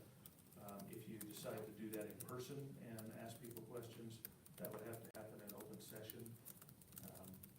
But it's really up to you. You can do none of these methods, or you could combine them all into one and really make it a rigorous process to go through. So you can have people, so far we've had 3 letters of interest. We can have people submit letters of interest clear until the closing closing date, or do we assign a time when we want that closed? You could, Letter of if you, intent? once you decide how you wanna do this, if you wanna open it up and have people contact Stephanie until a certain date, you could certainly do that. It's, you guys get to create the process that you want to use to fill the vacancy. So Jennifer and I talked just briefly, and what we thought might be in best interest of the board is to go ahead and read the information that was provided to us as a board, and then have any discussion. How we feel, so we need to make that decision tonight, and You don't have to, but you certainly could decide on the process that you want to use tonight. You'll have to wait until at least the 18th before you would put your process into place. Okay. Right. So can we just start with some board discussion? Have you guys had some time to kind of read through things, maybe? So 3 new board members and myself, so. And Mark. Oh, Mark. Oh, hi, Mark. Sorry. Mark, do you want to start us off? Sure. Okay. Thank you.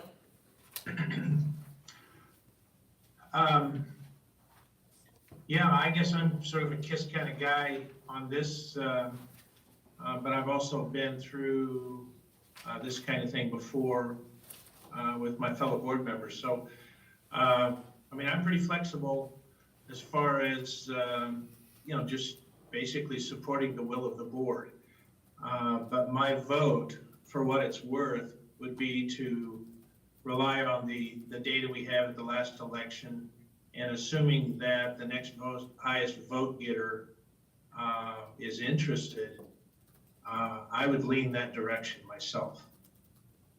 But again, we've got a very collaborative set of board members, and so always interested in what other people have to say and what they think. Thank you, Mark. John, am I putting you on the No, spot if we just no, go down? absolutely, no, I'm fine. So I've thought about this a lot. I know there's precedent on how to do it. I also know as a board, we don't have to fill this. We can operate as a board of 6. And I know the dynamics that we have as a board right now has started off really well, and we get along good. So I'm reluctant a little bit to bring anybody into that, regardless of what method we do. But with all that being said,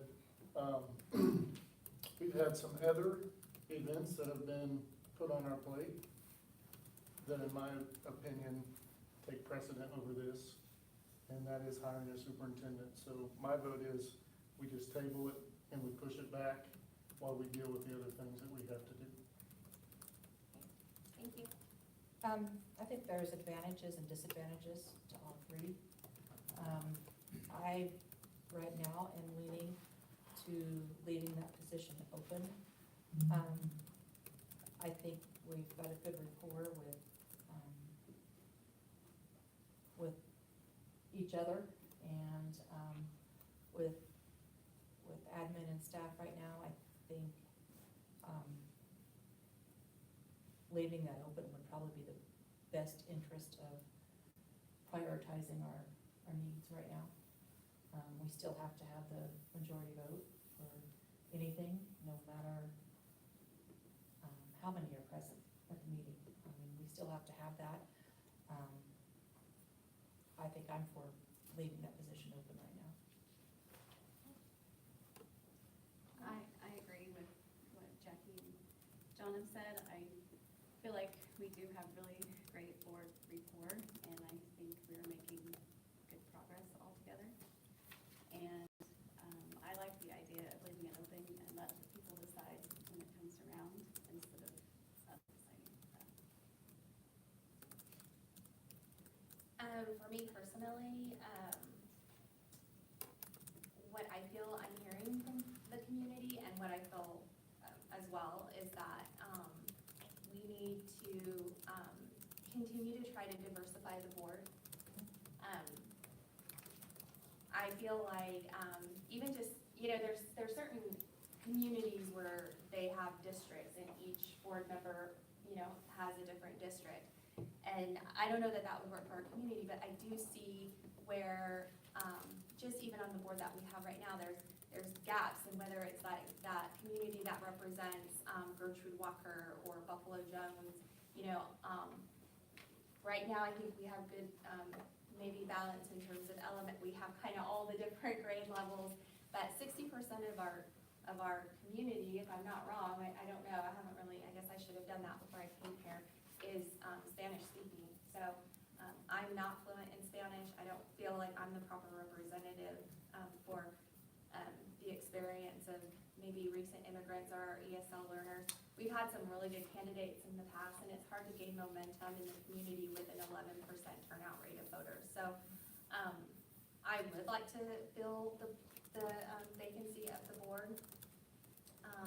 We do have some people that are interested, but we also have not sooner than the 18th, and I would really love for our community to encourage people to let us know that they're interested.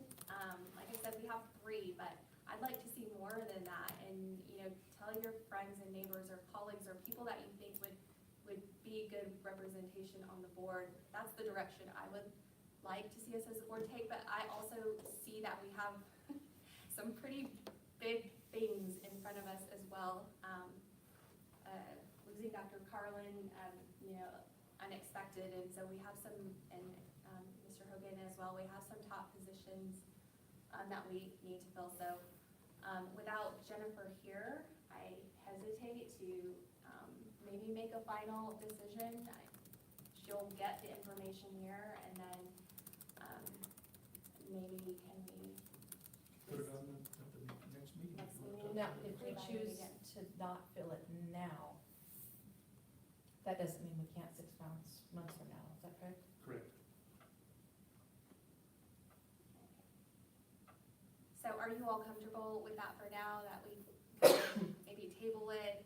I think we've all kind of put our opinions. We'll let Jennifer come back and have an opinion too, and then maybe rediscuss it at the next meeting.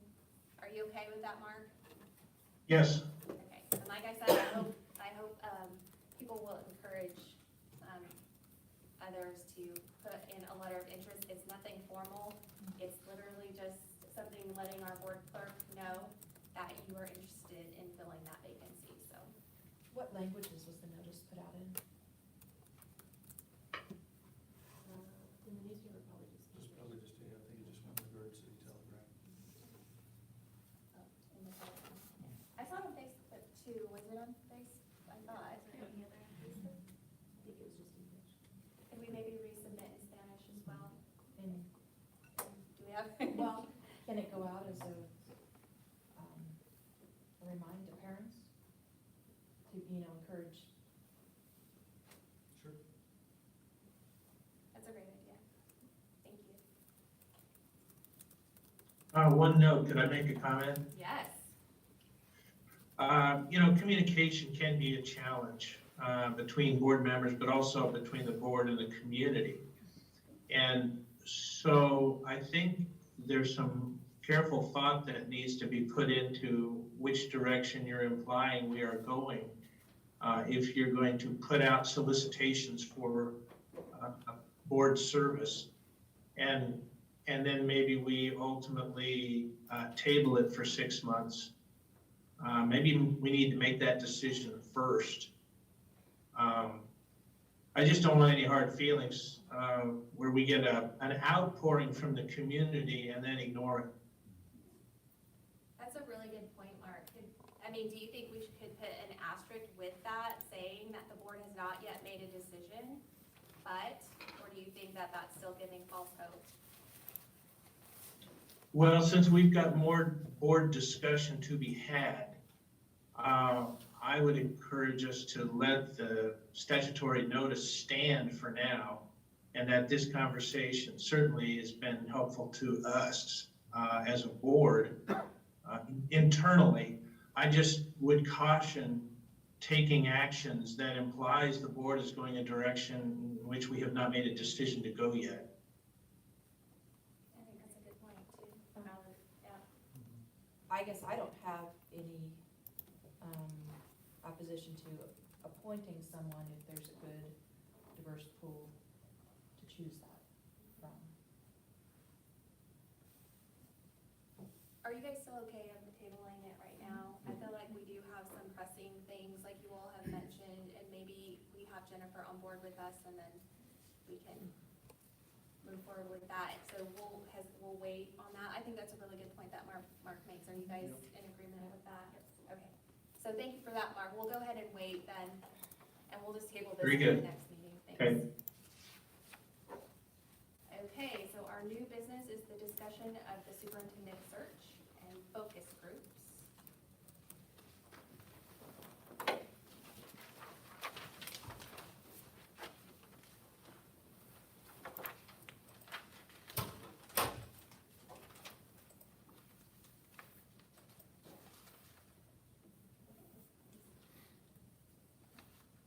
Oh, Jennifer's saying, can someone let her in? Can you make sure the doors are locked?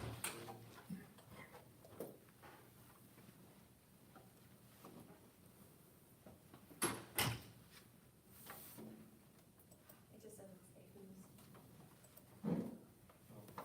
I can talk about this or you can. Oh, okay. Jennifer didn't tell. She's here at the time.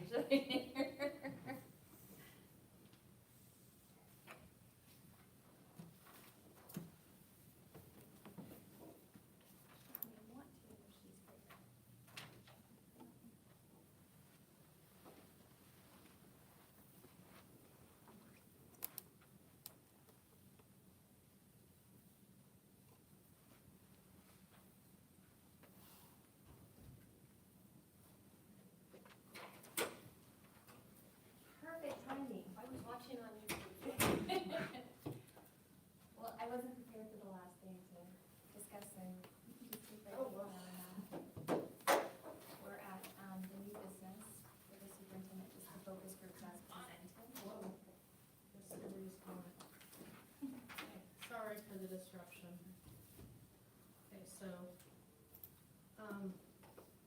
Okay, so we've moved on to new business. Yep. Discussion of the superintendent search and focus groups to approve as presented. Go ahead. Yes. So, Still depending on you here. no worries. So, following my announcement on January 27th, the board has had a conversation with the Kansas Association of School Boards and taken action to use them to assist the district in a search. Part of that is a survey that I think is out in the community right now. There also will be 5 focus groups that will be conducted next Monday. And the information from the survey as well as the information from the focus groups will be used in creating kind of the characteristics that the district will be looking for in their next superintendent, the interview questions. It will help guide KSB as they screen candidates for what the priorities are.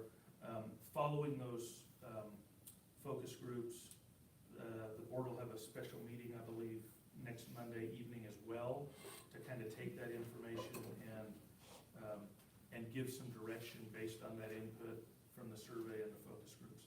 So the task at hand for the board tonight is to kind of approve the framework of the focus groups, and we've put it up on the screen.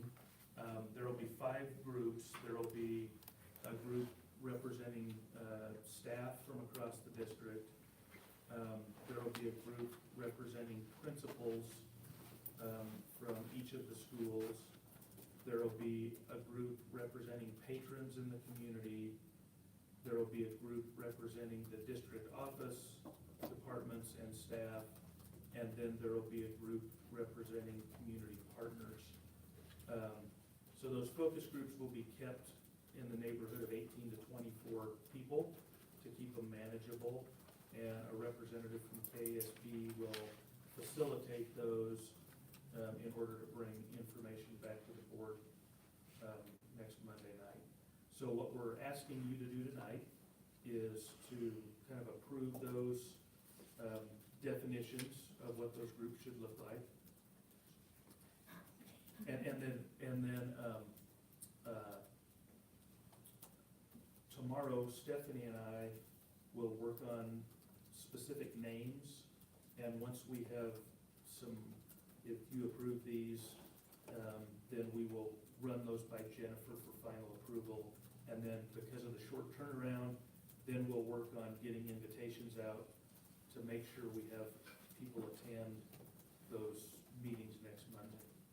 So, but I know Cammie had a thought she shared with me I earlier had too. a couple of questions or thoughts on the principal. I thought we might consider adding the high school athletic director to that. That's a good suggestion. And then on the patrons one, I was gonna ask, it says the two, sorry, it's really hard to read, 2 names from each board member. How is, I just wanna make sure we get a nice diverse group of people. So I was just wanting some more information on how we're gonna make sure that happens, that it's. I think that was part of adding in the district site council also. And I guess, since we don't know what suggestions we would have that, I don't know if that's gonna, you're worried about it not being diverse enough because we don't? Well, who all, Right. I just don't want to end up with the same, I want diverse people. Right. From all different.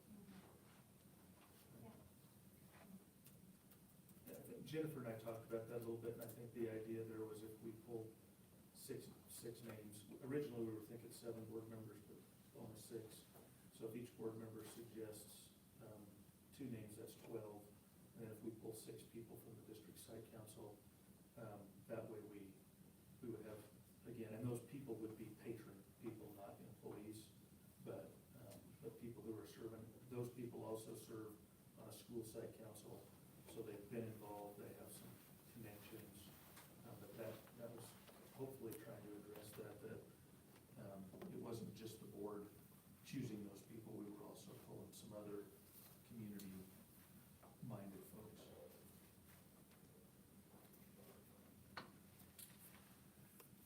I have a couple of questions as well. So under our community partners, I noticed that pretty much every one of our community partner is a government municipality. I was wondering about if we could have, in addition, some for-profit businesses, some of the employers in our town, some of the larger employers in our town that aren't government entities be considered as community partners. And then the other thing that the gentleman that spoke to us the other night at the board meeting talked about was like a ministerial alliance. I'm not sure if Garden City or Finney County has a ministerial alliance, but I do believe that our churches have a huge impact on our families and our students, and I would love to see that added to the list as well.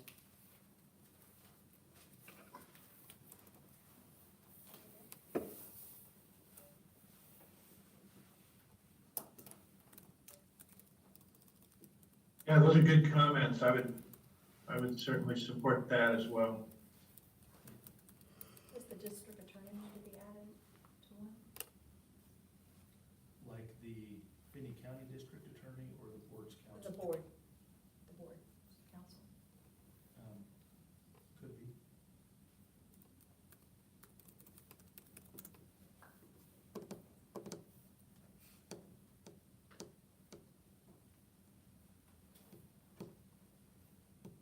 Anybody else?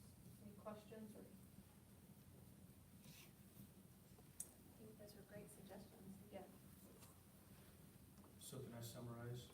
So I think I've heard add the high school athletic director, add a representative from Ministerial Alliance, add representatives from private businesses, and add the board council.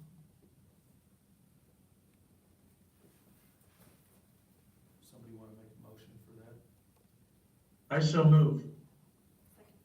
Second. Any other discussion?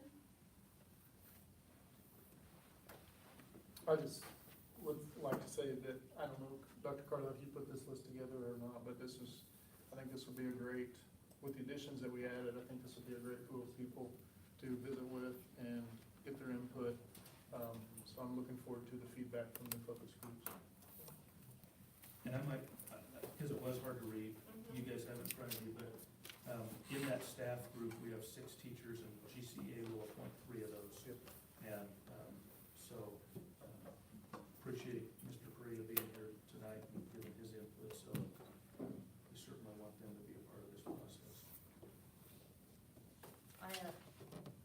I'm excited to see the lists of potential people on those focus groups, and I know personally for me, I want to hear from different parts of the community, so I'm really, as an individual board member, thinking about the names that I want to add for the list, and be people in the community that I'm not necessarily very close with, but know that they're involved in the community in different aspects that maybe I don't interact with as much.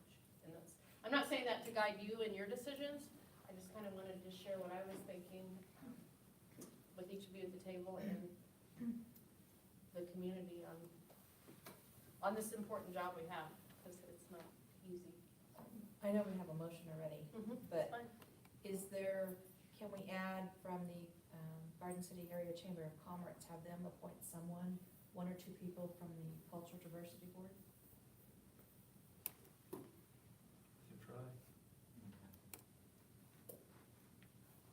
try. I'd be glad to amend my motion to include that. We want to be careful how many we get, of course, as Gary had described, but that's a good thought. You're keeping me up on my Robert's rules. Okay, anything else?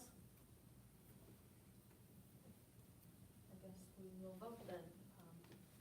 All in favor in approving our focus, approving the motion on our focus groups, say aye.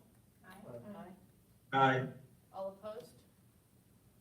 Motion passed. And we'll continue on to the next step of that. We're ready for board open discussion. Mark, you want us to start? Yes, in the interest of time, I didn't say a whole lot. I really regret having to attend this meeting remotely, but the sound has been very good. And I thought particularly the presentation on the curriculum was outstanding. I love the approach there, and as far as having resources for the teacher to have a facilitator to come in and assist that. And I didn't really get a chance to make this comment at appropriate time, so I'm making it now. There was some feedback from the community about how we were implementing that curriculum, and so I think also serving when I can on that curriculum council, there's been outstanding discussion about how to remedy some of what was awkwardly implemented, I think, in the recent past, just from the standpoint of trying to move it into sixth grade level. So I feel pretty good about that, and I hope people in the community will avail themselves of comment if they want to, and particularly, I like the process of allowing the parents to opt in and opt out of sections of that. But one of the things I want to be sure we're able to do is healthy relationships is something that, it certainly goes beyond sex education. And it's something I think we need to put an emphasis on, whether it's packaged with that particular curriculum or not, at multiple levels. It's amazing what our students, our children are exposed to in the current electronic environment. But all of the resources discussed in the Curriculum Council and the people involved are outstanding, and I really appreciate that presentation today. That's all I have. Thank you. John, you want to go next? I just want to kind of echo what Mark said. I appreciated all the hard work of the presentations that were presented tonight. I enjoyed that. I'm looking forward to visiting GC Achieve on Thursday and learning more about that facility and that building. But just enjoyed the conversation tonight and what we learned. So thank you all for presenting. I do also appreciate the presentations. And I do find comfort that the new COVID plan is not failing. Hoped it wouldn't, since it was recommended by the health department and the staff. So that's positively, not positive, positive. And looking forward to all the other things on our agenda. I want to thank everybody for your patience as I try to maneuver this seat. I feel like Dana's been backing me up a lot, so. Thank goodness we still have Steve. Yeah, and Dr. Carlin, so I guess I'm kind of self-evaluating tonight, and I'll just want to work hard to be a good leader and help these meetings run smoothly and figure out all these new adventures we're on. So I appreciate the support of the staff and the community who's reached out to me.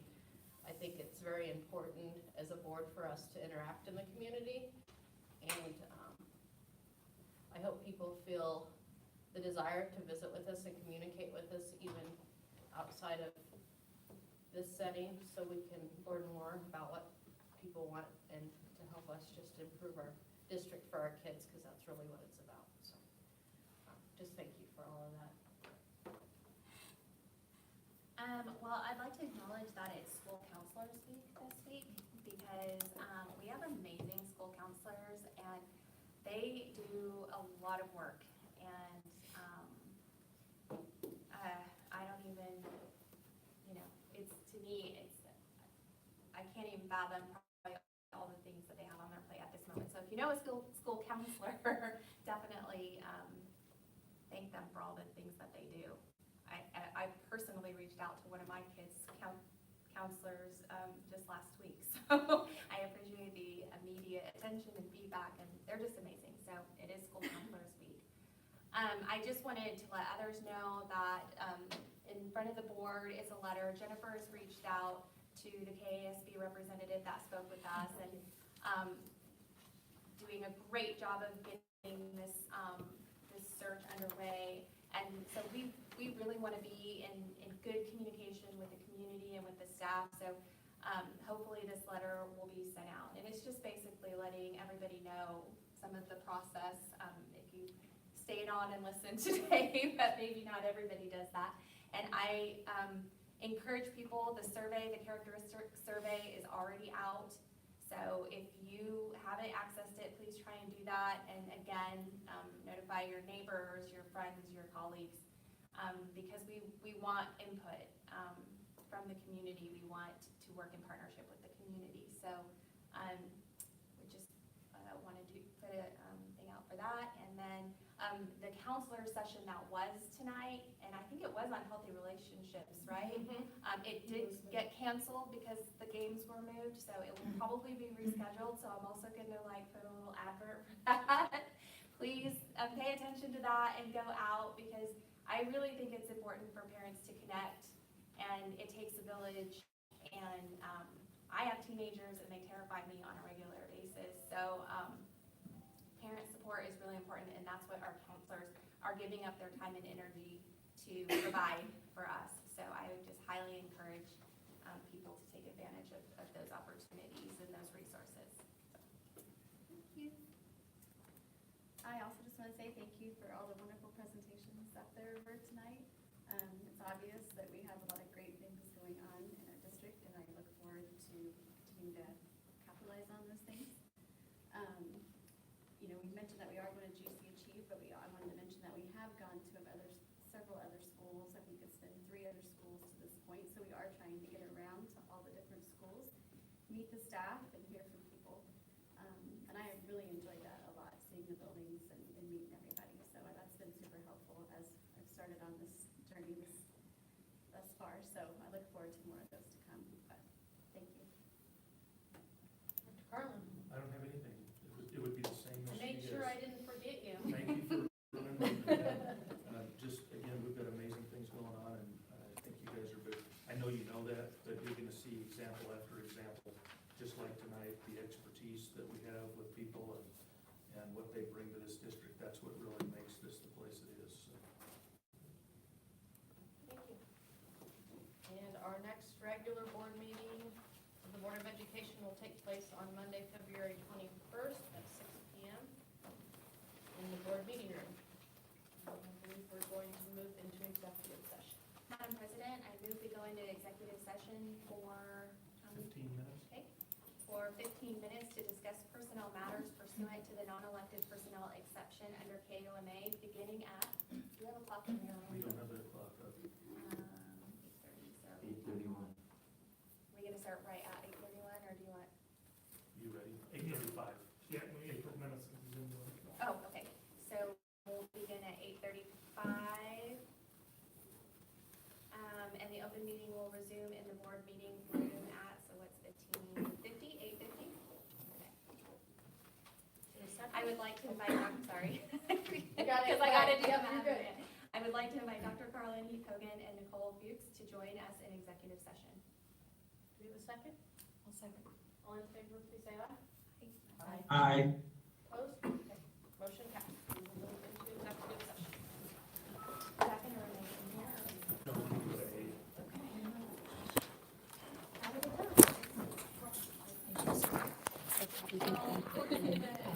Some things, you stay.